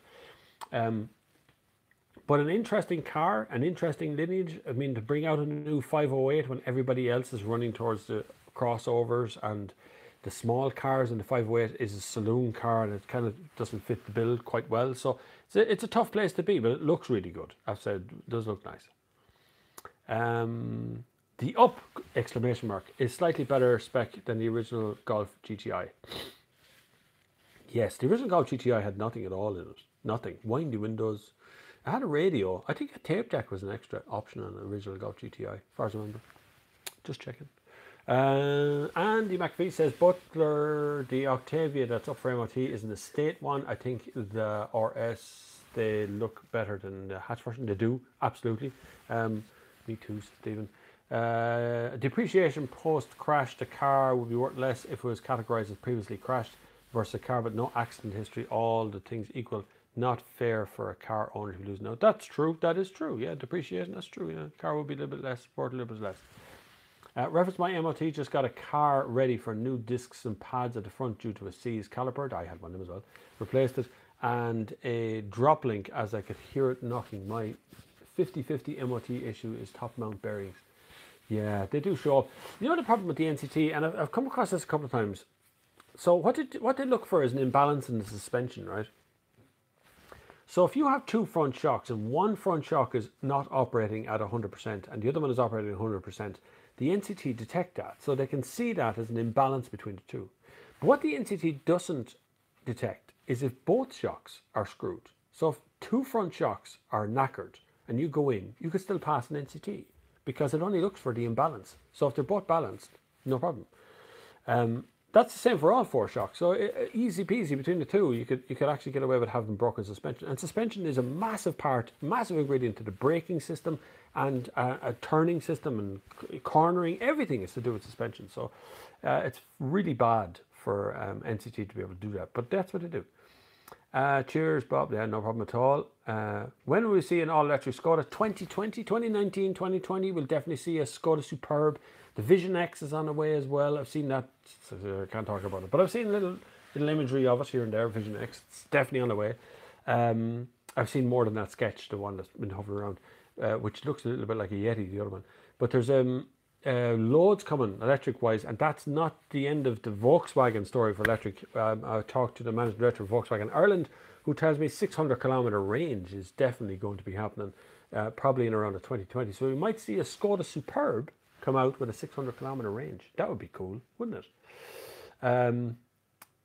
Skoda has an electric CUV on the way late 2019, early 2020. There you go. There's your answer. Yeah, brilliant. Based on the Vision E concept. Dacia Duster or Logan? L. Kittle asked that one. Duster for looks. Logan is not a good looking car. Just not. Utilitarian. Operational. Works. Sandero is probably their strongest offering at the moment. I do like the Sandero. I have always liked the Sandero. I think it's a cute little interesting vehicle. It's the cheapest car you can buy in the market at the moment. We don't do the very entry one with no radios or anything in it. We just do a kind of a standard one. You're talking about 16, is it 16 grand or something for near enough either one? So I'd probably go to Duster between the two of those. Look around, there's plenty of other cars in the market besides Dacia Dusters and Logans. Can I have a shout out as Natasha? Stephen Hooman. Yeah. Hello, Natasha. I sold my Leon 3-door FR diesel 150 brake horsepower to get a 3-door Cupra 280. Amazing car. See, you made the right choice there. You made the right choice. 3-door even. It's really nice. Jamie Flanagan, welcome. Hey, Bob, going over to Swansea on Thursday to look at a 2006 Saab 93 Vector convertible. Convertible. Check those seals, Jamie. Check those seals. They leak like sieves, boy. I'll tell you what happens. When they convert back down, there's little joins on all of the metal around the edge. There's little joins where they've made the stitching around that, and the seal leaks on those, and the water gets underneath it, and the whole roof gets screwed up because it starts to stink. So open and close that whole system a few times, and when you have it open, get into the back seat and smell along the edge of it. It'll start to heat up. And when you close it, smell the whole roof from the inside. I know you're going to look like an idiot smelling it, but it'll save you a good 5 grand on the new roof. It doesn't matter if it's the cloth top or the metal top. Doesn't really matter. Both the seals are screwed. The telltale of the top mount bearings is with the car in the air and the engine off, turning the wheels to look a bit stiff. Steering rack seems to be fine. That's all right. Top mount bush bearings are always a pain in the hole, and they do go on nearly every car, especially in this country because of our road. Hi Bob, is that true that Jeep preparing Wrangler hybrid? Yes, it is. I got that message from Jeep US, who tells me that they've come up with a new Jeep and would love me to come over to America to test it, but they're not willing to pay for me to go to America to test it. So I won't be going to America to test it unless Jeep tell me they're going to stick some cash in the thing and let me out there and test it. It'll be fine. But there is, yes, a hybrid version of it coming. It'll be funny to see that coming. It'll be a US based thing, I would imagine, because it's Jeep like, and because that car weighs 3 tons or something. It's a giant jug. I love it to bits, but it's purely a toy and something you would have fun with. But yeah, it is coming in a hybrid. Any news on electric Ford Fiesta or Focus coming in the next year? Ford are investing 6.2 or 3.9 billion or some gigantic amount of money into their electric range at the moment. They still haven't come out with solid information, and that's a bit of a problem for Ford. They've been caught on the back foot to some degree. I'm not too sure. Maybe it's turning 100 years old or something that caught them out. But they have no solid information to what they are going to do, whether it's going to be an electric Focus or a Fiesta or Mondeo or a whole new car or something. They keep kind of throwing out a little bit of everything, going, we're going to go all electric, hybrid, and maybe something else. I really think they could turn their little 1 litre power machine booster jet, whatever it's called, engine that they have, their 1 litre version of it, into a decent little hybrid engine car and put it into Fiesta, and away you go, or even a car, anything to compete. But right now they don't seem to be interested in competing. Maybe it's a lack of money, but we'll see. That's for Tony, yes. But get the Stepway, best bang for buck, full stop on a new car. See, there's little Daisy information. Stepway's not a bad looking yoke, actually, in fairness. If they took the word Stepway off the side, I think it would look better, weirdly. But yeah, not a bad little car. There is an electric Focus that was sold in the UK until last year. They sold almost none, used up 3/4 of the boot with the battery and ruined the handling. The US version got rapid charging this year. That's the problem, unfortunately. If you don't invest in it and make it good, it's not going to be good. That's all that's going to happen. If you make it just for the sake of it, then that's the problem. Calendar.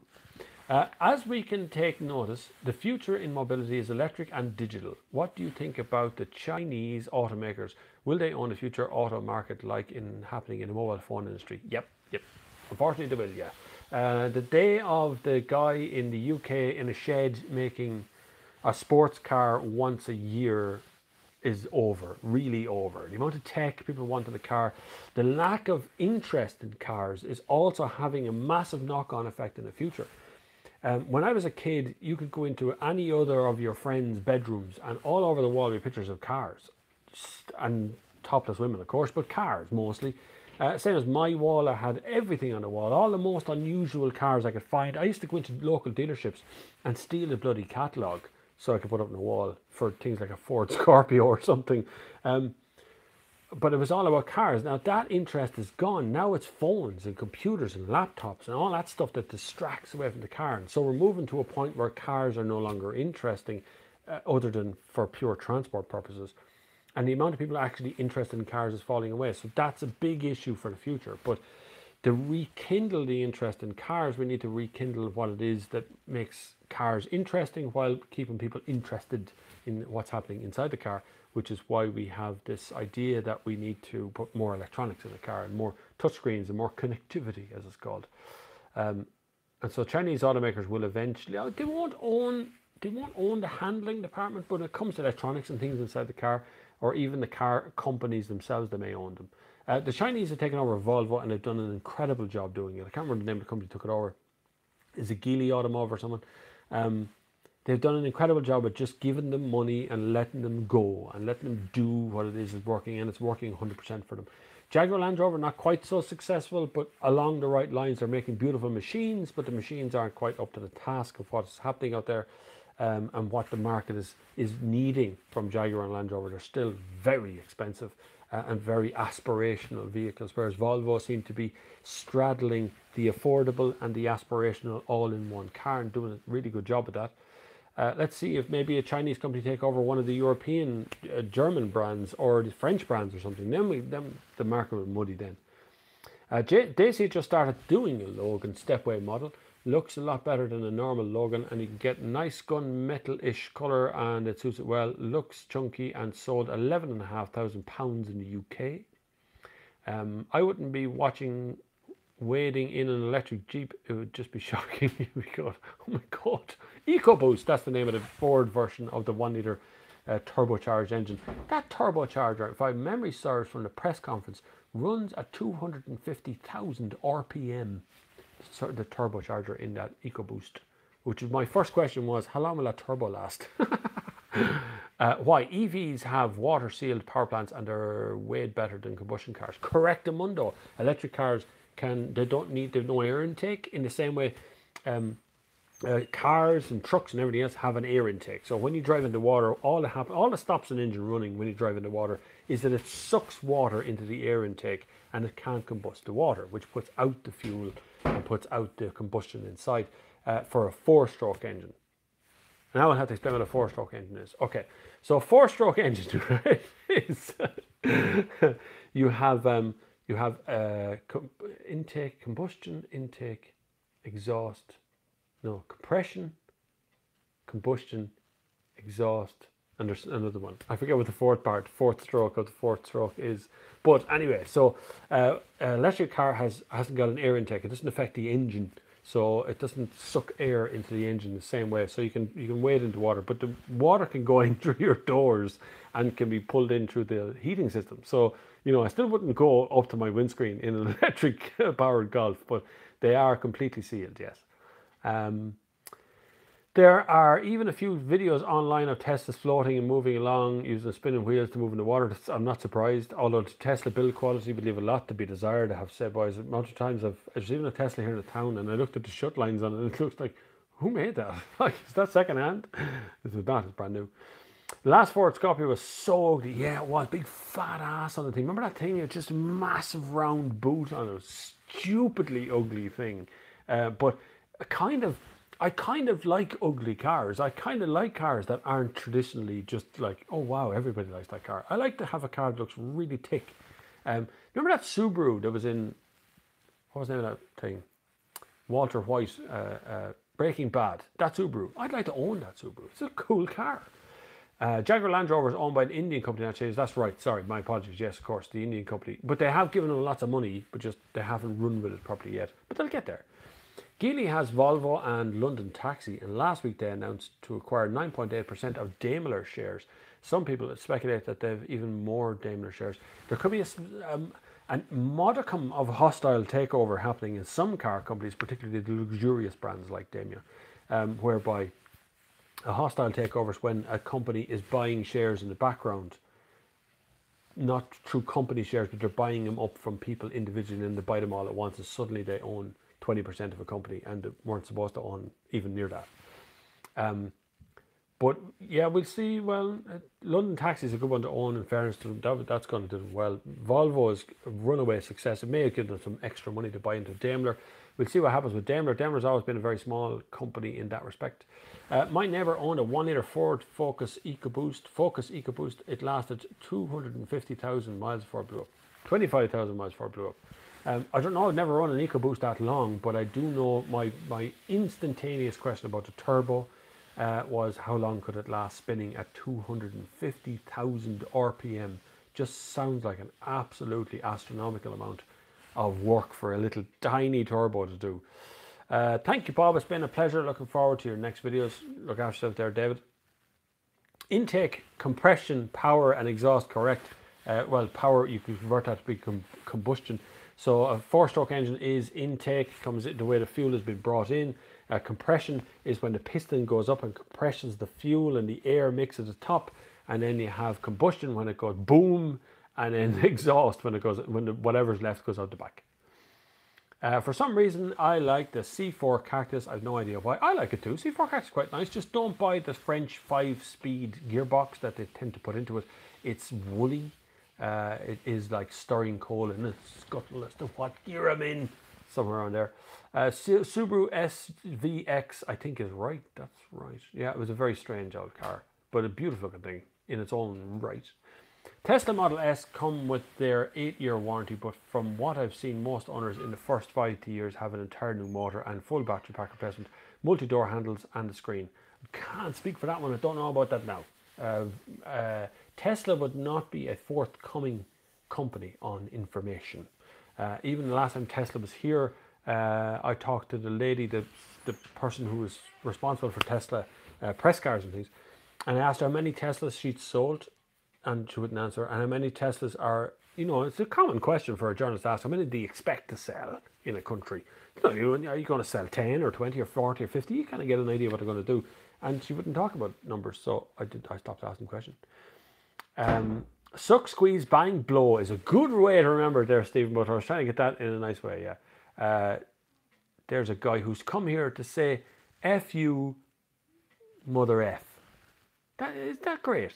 That's what you come here for. Is that it? Like, put yourself together. You come online, you log into a thing, you go, you find a live stream like this, and you come along, and that's it. That's what you can come out with. That's the best thing you can come out with. That's gas. You're funny. You're funny though. Subaru SVX is, I think, correct. Or the Pontiac Aztek in Breaking Bad. Is that what it is? Pontiac Aztek. Maybe that's it. Brilliant joke. I think it looks brilliant. There you are. See, I'm going to report you now. It's terrible, isn't it? There you go now. No, you report it. And that's the end of that. You're completely reported. But people are weird. I find it funny when someone, they find a live stream like this, they come along and the only thing they can do is try and insult people or say something or gauge a reaction or whatever it is. Everybody gets a reaction on me. I spent the first 5 years on this channel answering every single comment that came. And some of those comments were really nasty stuff. And I answered them in a really nasty way as well, as some people would find out. If you go back through some of the old comments, it was actually mentioned to me once upon a time from somebody who worked for one of the car companies said, God, you're vicious with those guys, aren't you? I am, yeah. It never gets to me either. It never bothers me one bit. But that's the nature of being on the internet, unfortunately. That's the whole thing of being part of this gigantic world that we all live in. As long as you get your head straight up here and you can go on the internet. I tend to stay away from Facebook, but you will find me on Instagram all of the time. I regularly check Instagram the whole time, and I regularly post stuff all the time up on Instagram. So you can follow me there at Bob Flavin. You can find this as a podcast as well on iTunes if you click in there. You guys that are on Android can find it as well. It is definitely there as iTunes. There is a link to go with it. If you browse to the iTunes website, you'll definitely find it. It will go up on every system. It just, I have to get them all onto one place, Podbean first, and then I'm going to put them out across things like Acast or wherever it is you get your podcast. I put out a whole lot of them. So it is there. It's got a surprising amount of downloads already. So that's kind of weird. I wasn't expecting that because I wasn't really announcing it too much. I haven't even put a link in the comments or anything, nothing like that. But I'll put all of the Sunday service will go there. And all of the Sunday service is available as sponsored. So if you want to sponsor it and you want to be an advertiser just on the Sunday service, get in touch with me if you're a business and you're interested in doing that. Or if you're an individual interested in doing it, you can. Don't know what I'm going to give you, but you can do that as well. Very affordable rates. But if you want to support this directly, this stream and everything about the place, then look at the comments below. PayPal, Patreon, particularly PayPal is the easiest way out. Or you can use Super Chat. If you have Bitcoin, you can use Bitcoin currencies, whatever it is. Any way, shape or form, and any amount of money is absolutely fantastic. Keeps the home fires burning. Actually, gets all the new equipment. The Aztec comes with the option of the attachable factory tent, a hover, and a Bulletin air compressor. It's actually a great SUV from the truest sense. There you go. See, I knew I was right. Such a cool car. Mr. Miz says, I know it varies by car, but overall, what do you see is the best overall rim size for ride comfort and performance blend? Rim size, so 17-inch will allow pretty much any shaped tire into the wheel arch. Tires give comfort. It's all about the tires and it's all about the thickness of the tire. So it's all about how tall the tire is on its side profile that gives the comfort. The taller the tire, this is a weird way of looking at it, but the taller the tire, the uglier the car. So it does tend to take away from the look of a car to have very tall tires. But if you want comfort, that is the only way to get it. The width of the tire gives the grip, so the width across its top. And then the diameter of the tire is the only thing that matters at that, which is the size of the wheel. So 17-inch gives the best look versus performance. 19-inch gives the least comfort. Anything over 19-inch, forget about it. The tire becomes so thin that it's just a thin strip of rubber. It's going to wear out your suspension system. The whole lot's going to go with it because just the tire is not helping keeping the car on the road at all. Haters, don't worry about them. Keep up the good job. I don't worry about haters, generally speaking. I'm so long on the internet now, I get so much weird comments from strange people who send me nude shots. Don't send me nude shots. No one do that. Why don't people here pronounce the manufacturer's Seat the way that do, rather than the way we would normally say the word akin to chair, like seat? We don't. I tell you, that's the problem. For my spell checker is always a problem because I'm very likely to say the seats in the Seat Ateca is a problem straight off. Because the little spell checker autocorrect thing doesn't know what to say. So it's Seat is the word that they have, but it's spelled seat, which always confuses me. And Seat often ask us, would we just type the word Seat in all caps? Hi Bob, I like watching your reviews. Very honest, open. I had a snow sock on my BMW in 2010 and got through all the snow driving in Insignia this year. Snow socks again, never got stuck. Snow socks are really good. They wear out would be the problem, basically in single use. But I mean, for conditions like this, that we very rarely have this problem, where we have giant amount of snow sitting in the middle of the road, Snow socks are brilliant. And I found even just driving out of areas in Portlaoise, got to the main road and it was totally clear. But in other parts of Portlaoise, you turn the corner and it's like white and pure sludge on the road. Really hard to drive in that. So snow socks are usually pretty good. And there's some in the 2010, the BMW, no problem. Tell you, winter tires or snow socks on the BMW, and you won't crash it. I am not affiliated to Mixed Garage. Just to let people know, they're selling them off cheap in some sizes. That's because there's no weather left. So last time we had this kind of weather, the entire country stocked winter tires. Overnight, everybody wanted winter tires. And now we're coming back out of this. It's going to be the same thing with the snow socks. They're good. There's no harm to have them in your drawer sitting at home. They're very easy to put on as well. The man who designed the Aztec also designed the Corvette C7. Jeez, was he blind today? Without he must have been drunk and hungover when he designed the Aztec. But I think it's a lovely car. It looks bad. They picked a beige one for that thing. It looks terrible, but I think it's a really clever car. And the uglier the car, the nicer I think it generally is. But he had a stroke in between, as I was thinking as well. He's designed the Corvette, and then went, I'm going to design something else with my left hand. I had my winters on the i3 until 2 weeks ago. Took them off because they were bald, but still good. Well, winter tires are no good if they're bald anyway. The big difference between winter tires is there's more grip on it, but they're designed to be soft at lower temperatures. That's why winter tires are so good in winter. So the lower the temperature, the softer the rubber actually becomes on it. The higher the temperature, the harder the rubber becomes. So you get less grip and they actually wear out a lot faster too when you wear winter tires during the summer. So don't wear winter tires during the summer. It's the best advice. Hold on, I get a drink of coffee. So if you just got here, click the like button. Click the like button. Right. The last half hour of the show now, 91 minutes. It goes so fast, doesn't it? It really does go very quickly. Well, it goes so fast on this end. And I don't know of any other live stream that actually runs for 2 hours with just one person and no ad breaks or anything. You know, if you're interested in doing a radio show, if somebody radio company wants to come at me and I'll do a radio show, I have a really clever idea for a radio show. I just had a really clever idea for a radio show. But it'd be good to do this as a radio show and online and as a podcast later on. All in one. You could do it all in one shit. That would be really good, wouldn't it?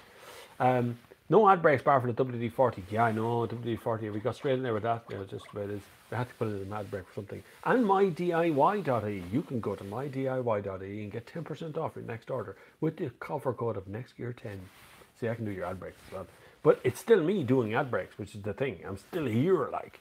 Well, you know, when you think of a radio show, they have like, for a 2 hour show, they have like an hour of content and an hour of ads and music. That's usually the way. Are modern tires, Sport Pilot type, actually improving, or is a lot of marketing guff? No, there's some marketing involved, but there's actually some technology involved. So there's only a couple of car companies or a couple of tire companies out there that actually research and make tires. So when you see something from an Asian company, never heard of them before, some weird name on the side of it, and it looks like a Continental tire. What they did was they went and took a photograph of a Continental tire and then designed the tire, and that's how they made the tire. Continental or who else out there? Michelin. They definitely do the development of tires. So they definitely do the research and grip and temperatures and winter testing and summer testing and all that stuff. Compound tires and what's in them, how much rubber's involved. Those companies do that sort of stuff. Then other companies come along, Japanese companies or Chinese companies, and they copy the shape of the tire and the way it looks. And so there is a little bit of marketing involved, but there is more research involved from the main brand companies like Bridgestone, Michelin. I keep going through them. That's the same. Well, they're kind of the same company, and Continental and all those kind of tires. 7 degrees Celsius and below are designed benefit winter rubber. Yeah, it becomes really active from 7 degrees and below 0 it gets even more active.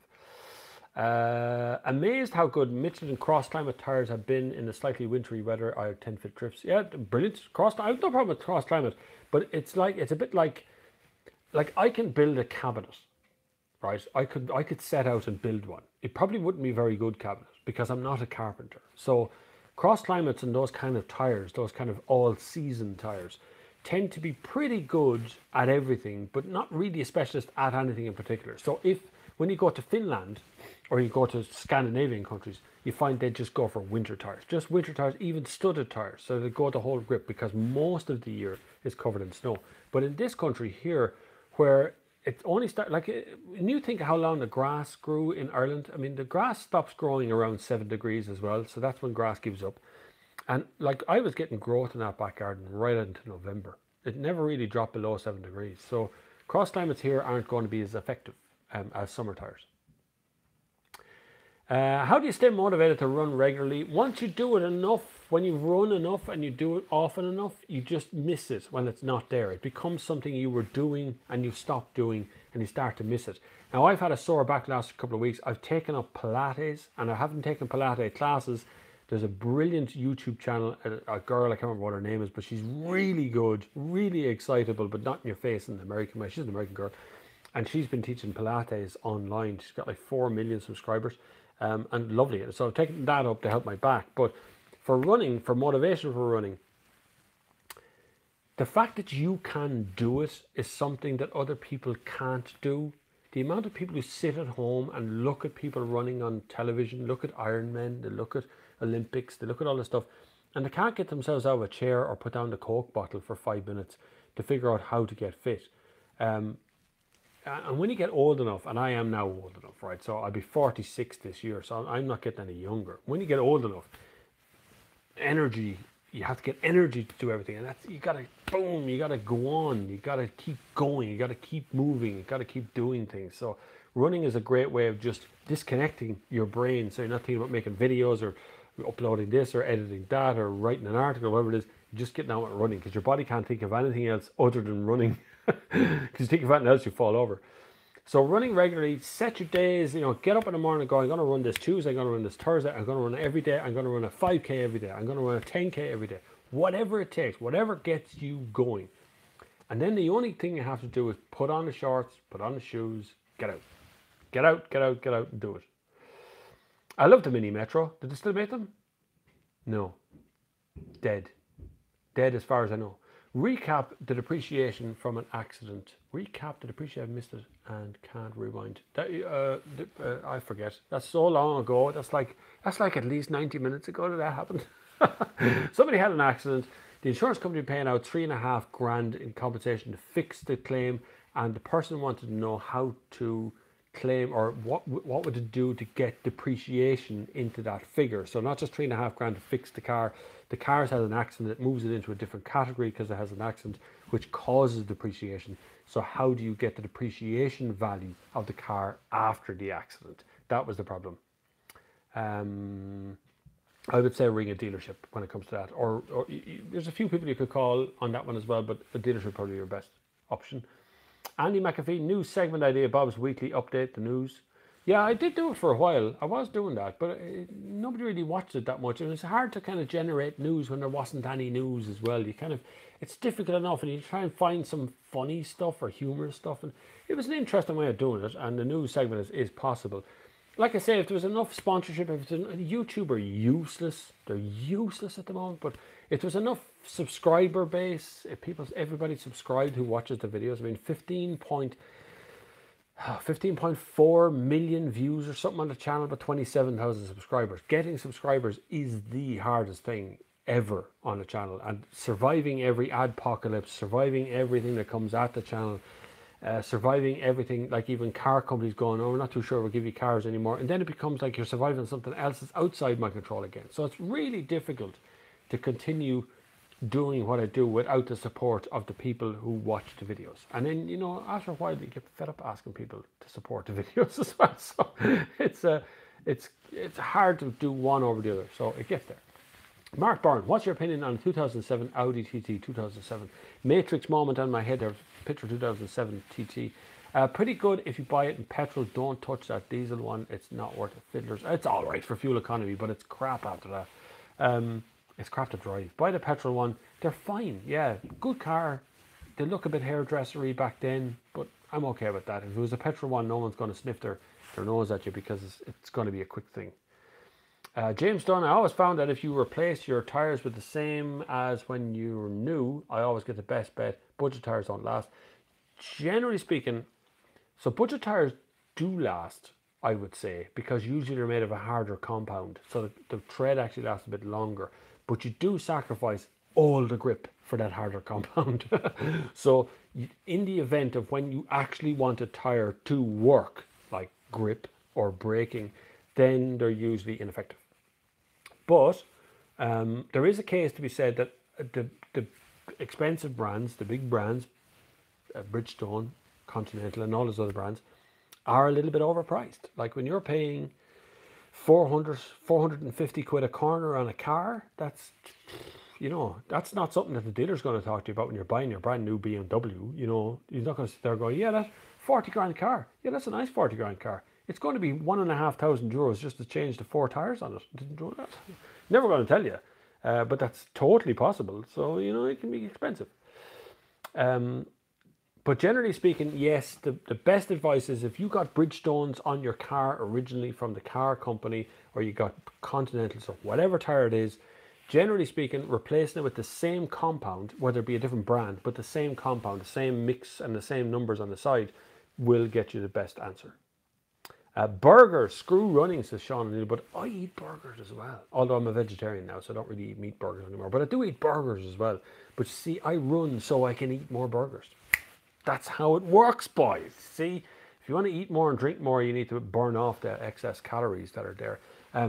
So it's energy in and energy out. That's really it. As a man, an adult man, in around my age group or below, men over 50 burn a little bit less calories than by standard.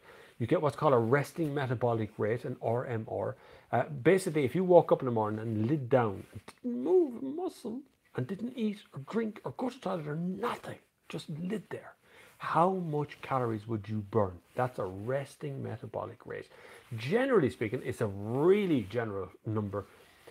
You would suggest a man my height, my weight, around my age, would burn about 1,900 calories just lying still. 2,000 if you want to round it out.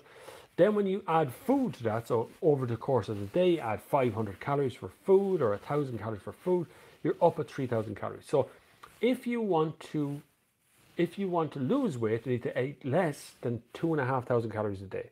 If you want to gain weight, you need to eat more than 2,500 calories a day. If you want to eat more than 2,500 calories a day, you have to burn more, which means you need more exercise. So the more you exercise, the more you can eat. But I'm currently a vegetarian. When it suits me, sometimes I eat meat. Lee Moore, try the VWHQ or another dealer if a current one is unhelpful. General thing with insurance being they cover the damage, which if repaired shouldn't change the value as it's not recorded written off. You see, there will be an accident recorded on the car anyway, just through repairs. It may affect the future value of the car. It may affect it, depending on how serious the crash was. Sean O'Neill, bud, you should do reviews of cars which are about to become affordable on a second-hand market. I don't know of anyone who buys brand new ones. You could go back a few years of feedback to. I find that my videos, the older ones, are becoming really popular again because the cars are now used in second-hand and everyone's wondering where they are. I actually got a text message from a guy the other day on Instagram, I think it was. And he said to me that he bought an actual press car that I had driven, and he has a picture of me standing beside the car, inside the car, to prove that it was the press car that I had driven. I can't remember what the car was now, but it was one of the press cars I had anyway. Wasn't the early TTs a bit snappy in the handling department? Yeah, but that was kind of the fun of them. That was the point of the TT, is that they were really sharp and really good to drive, and they're really an interesting car to own. But they were totally compromised because at the time we were in the boom of it and everybody was looking at TT as if it was some sort of hairdresser's car. I don't know why.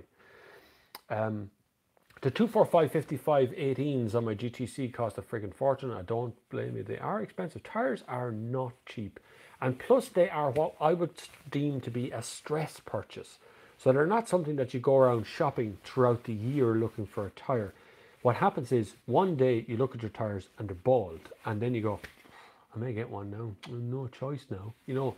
And so it's a stress purchase. You have to be stressed to buy it, and it becomes a very expensive thing. It's not just changing one tire, changing two on the one axle, or you're rotating tires. If you're to do all the stuff you're supposed to do with tires, they probably would last a lot longer, which is rotating tires, moving the fronts to the backs and the backs to the front to even out the wear and all that stuff. But people just don't do it. Beef burgers, screw carrot burgers. I don't eat carrot burgers. I don't know what carrot burgers are. We eat bean burgers.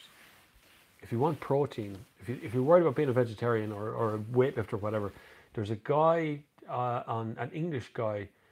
What's he called? Oh man, he's a vegan bodybuilder, and he gives really good advice on what to do about eating vegetables and stuff. So beans, all the beans give you protein, tons of protein in beans.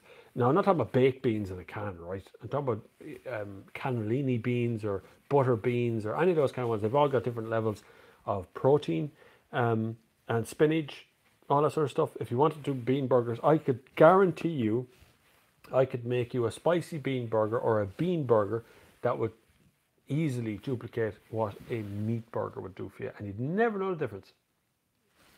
Look, I only do it for health. I don't appreciate two things: the way animals are treated, generally speaking, particularly pigs, the way pigs are treated in this country. I'm not talking about just worldwide. I'm talking about in this country, the way pigs and animals are treated in general. But also, I don't like the way they use antibiotics and they use other feeds and things they put into animals that cross the food chain and end up in our meat, and eventually have meat with every meal. And I thought I had to replace something, so we've gone vegetarian, and none of the kids have noticed. Nobody's complained. Everyone's okay. We do eat some meats. I do still have milk here. We still eat cheese.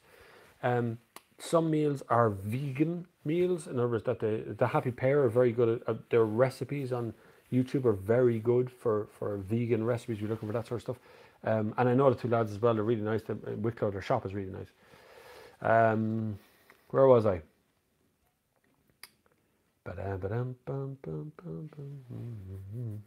Ever thought of having a small segment of the Sunday service aimed at disabled drivers? 5,500 new cars bought each year on average by disabled drivers, passengers. Big target market for companies. Agree? I do agree, yes, and a very specialist market as well, even though it's a broad spectrum market, because the amount of disabled or the kind of disabilities we're talking about varies massively. So you've got people who are below the waist disabled, but above the waist they're perfectly functional and they can use hand controls and get all that sort of stuff done. And they need a particular kind of car. And they need cars with bigger doors. They need cars that the seat allows their legs to fit underneath. You've also got the issue of the fact that a lot of disabled drivers can't feel their legs, so they don't know if their legs are under the steering wheel or touching a steering wheel. It doesn't. They have to visually see it all. So there's a lot of that goes on.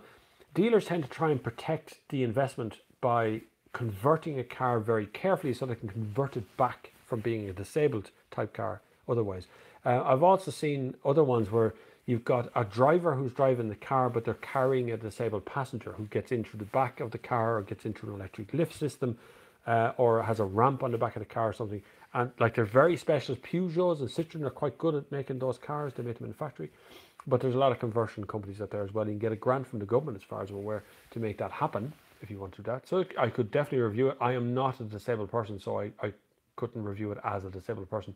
I'd have to find someone who's disabled to review it. There is a video on my channel of a lovely man from Trinity College driving a car and reviewing a Skoda a few years back in a dealership. I found him. He was very eloquent and talking on camera. What's your take on RFT? I have a 640 diesel and a specs RFT. Opinion divided. Ride quality plus they're very expensive. No. If it's very expensive and the ride quality is compromised and you're getting weird feedback, just don't do it. It's the easiest way out. Anything that affects the suspension quality or the way that the air system does what it does in suspension is always a compromise between performance and how quick it reacts. Very few of them react very fast. The big potholes or speed bumps, and you end up jarring your teeth out of your head and you're just going across an enormous speed bump. Generally, I would err on the side of comfort unless you're going to go and do the Nürburgring or something on a regular basis. I just go for the quality feel of the 640 diesel. I wash myself with a rag on a stick. Burgers rule. Good man, Sean. Commitment to the cause, Sean. That's the way it is. Cheers. I thought of a call something. How's the Golf E going? Perfectly well. Went up and brought the wife to work, and it's a bit difficult in the snow, and the range is a little bit short because you're putting the heater on a lot. But other than that, it's fine. You need to come to the Skoda meet now and take my car for a spin around the block. Then I can sell it as driven by Bob. That'd be interesting. I don't know if Lisburn would be on our radar for a Sunday, but we never know. I have a Prius Luxury 2016 and love it. Do you know if the new ones have a parking assist as standard, or are they added extra? Talk to you soon, Mark. See, I think they are well, in Ireland, an added extra for the parking assist. If the parking assist you're talking about is the one where you just press the button and it does the parking for you, I think that is an optional extra and comes in a pack of something. There's a name on the pack and it comes within that pack as far as I remember. Stephen Butler, when I was in uni with a young family, we could bulk out all the stews and stuff with beans, chips, and very healthy, small bit of cheap cooked beef. I tell you what, the biggest difference, I do a lot of shopping, I do a lot of the cooking here in the house. If you watched on Instagram last night, I cooked pizza from scratch. So we don't buy pizza here, we always cook pizza. And then we had pepperoni on it, so there's meat straight away, it's treated meat. So I do an awful lot of cooking right here, but in that cooking, I discover something. When we go to the shop and we buy stuff, if there's meat in it, it comes for like 16 or 17 euro, 18 euro. When there's no meat in it, it's like 9. You nearly feel guilty going into Tesco for a $5 worth of stuff. And you're buying a full dinner, a whole thing. Because like chickpeas, 45 cents a can for chickpeas, right? Any of the beans, any of the cannellini beans or what's the other one's called? Butter beans or any sort of stuff, 45 to 75 cents a can. Seriously, like that's dirt cheap and it's a whole meal. Passata, 45 cents. Chopped tomatoes, 70 cents, 80 cents. Kidney beans, 50 cents. Are there 55 cents or something? Dirt cheap. This stuff is all pure protein and it bulks out a meal. Now we also use lentils, and if you go to Tesco's you can get red lentils which are pre-done. They're not raw. You don't need to stew them for 10 hours. You just add them in and I swear to you it's like eating mince. I'm making a bolognese tonight for dinner and it'll have lentils in it and no one will even know there's no mince in it. Simple as that. You can also buy corn mince and corn stuff, but that's still processed food. Even though there's no meat in it, it's still a processed version of the food. So keep minimal stuff on the corn things. But also Tesco's and Lidl and Aldi and all the rest of them have now a vegetarian vegan section in the freezer department if you're interested in that sort of thing. The spicy bean burgers in Tesco's are quite nice. Also, there's a risotto mushroom burger that they do is really good. Bob said Ateca or VW Tiguan. Ateca, Alteca, Ateca is cheaper by I think 1,500 or 1,800 euro straight off the mark, so you're saving money immediately. The Tiguan has more of a quality feel about the whole thing. The dashboard is a nicer feel. The steering wheel, the seating position is all about the same, but the feel of the whole car is nicer. The Ateca is more affordable and somewhat more stylish on the exterior, sharper design on the exterior. 6 in one, half a dozen the other. Depends which one you want to buy. The Ateca is going to be slightly cheaper straight off the buy and will hold its value about the same as the Tiguan. But the Tiguan will be worth a little bit more in 5 to 8 years' time. So now, run flat tires on a 640 diesel. I hate run flat tires. I hate them. They are only good for one thing, and that is donuts. They're so hard that when you drive around, they just go around in circles. They're also phenomenally expensive, but they're not worth it. Honest to God, they're not worth it. Thanks for the answer, Bob. I thought my messages weren't being seen. I could do reviews of you. I could do the reviews for you. I'm mega into cars. I make my own videos and I'm a designer. How best to financially support you?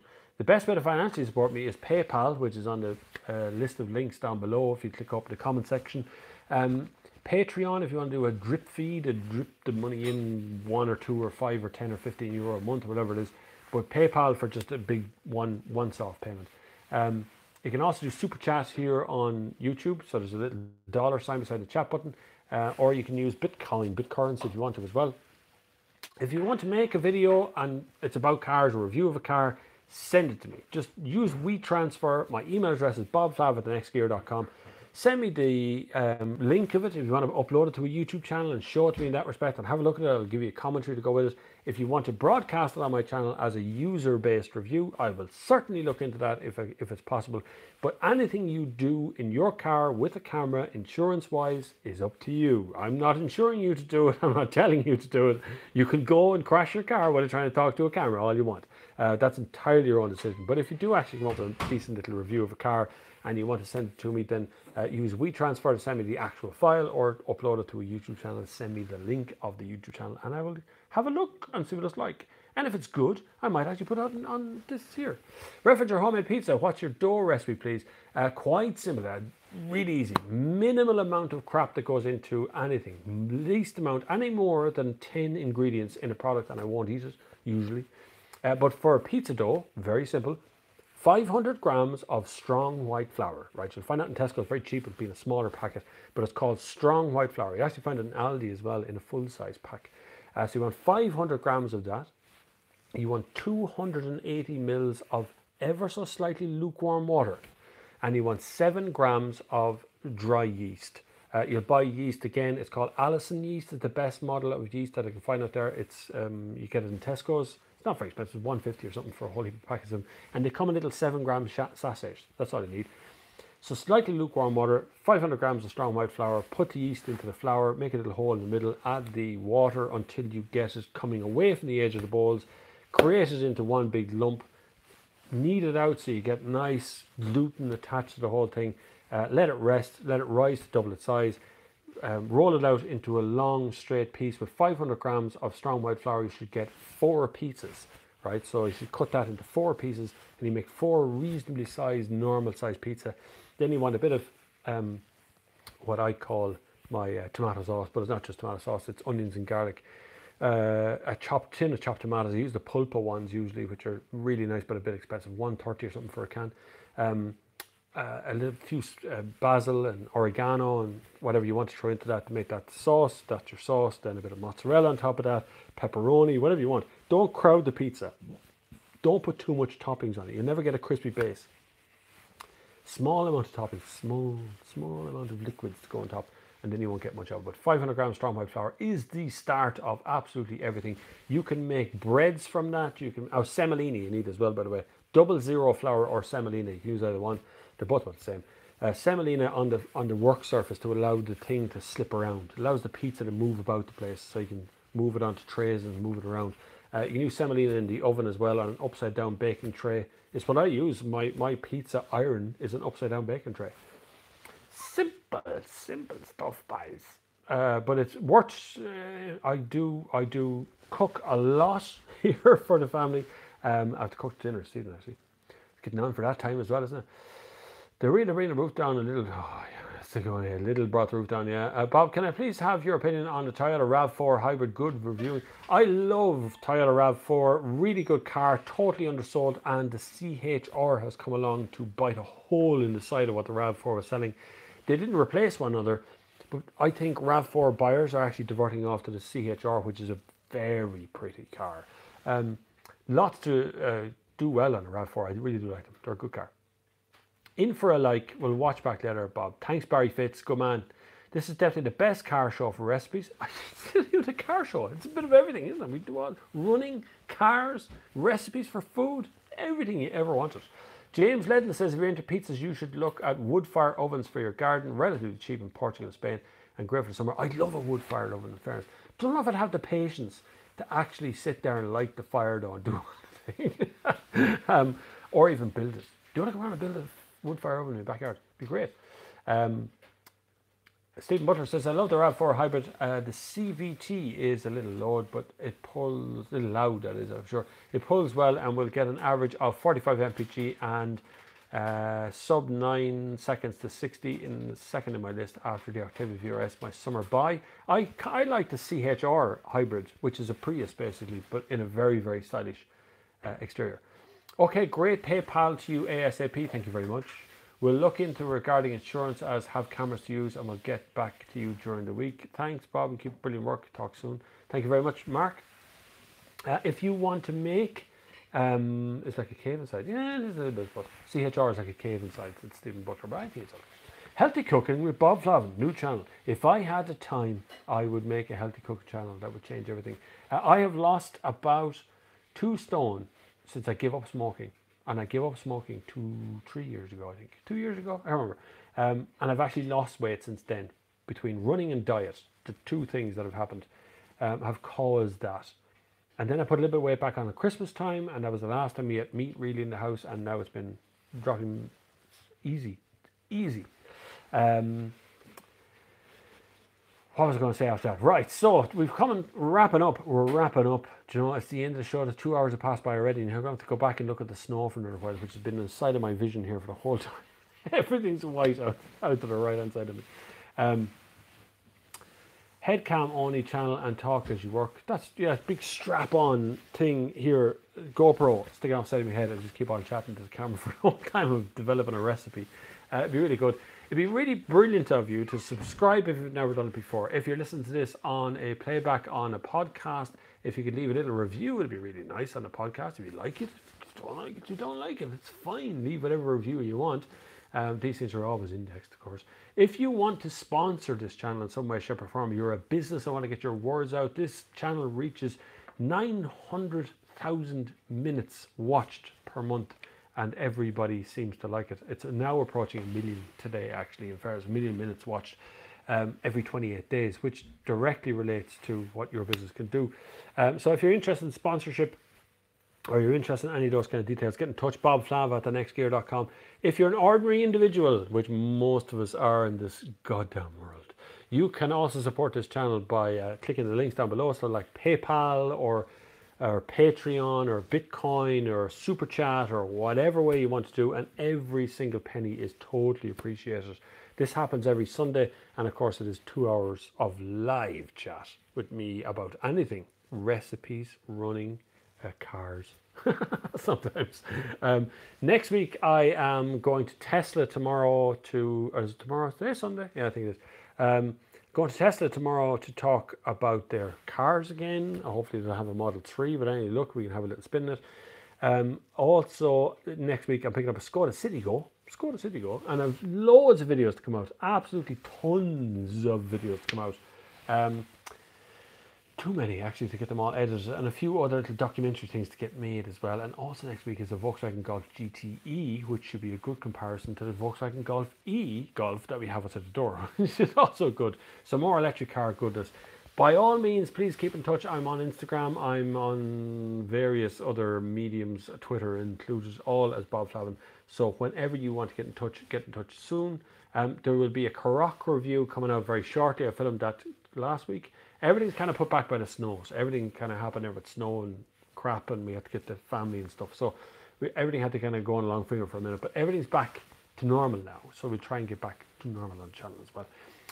Until the next time, please look after one another and take care. But until the next time, I will see you on the far side.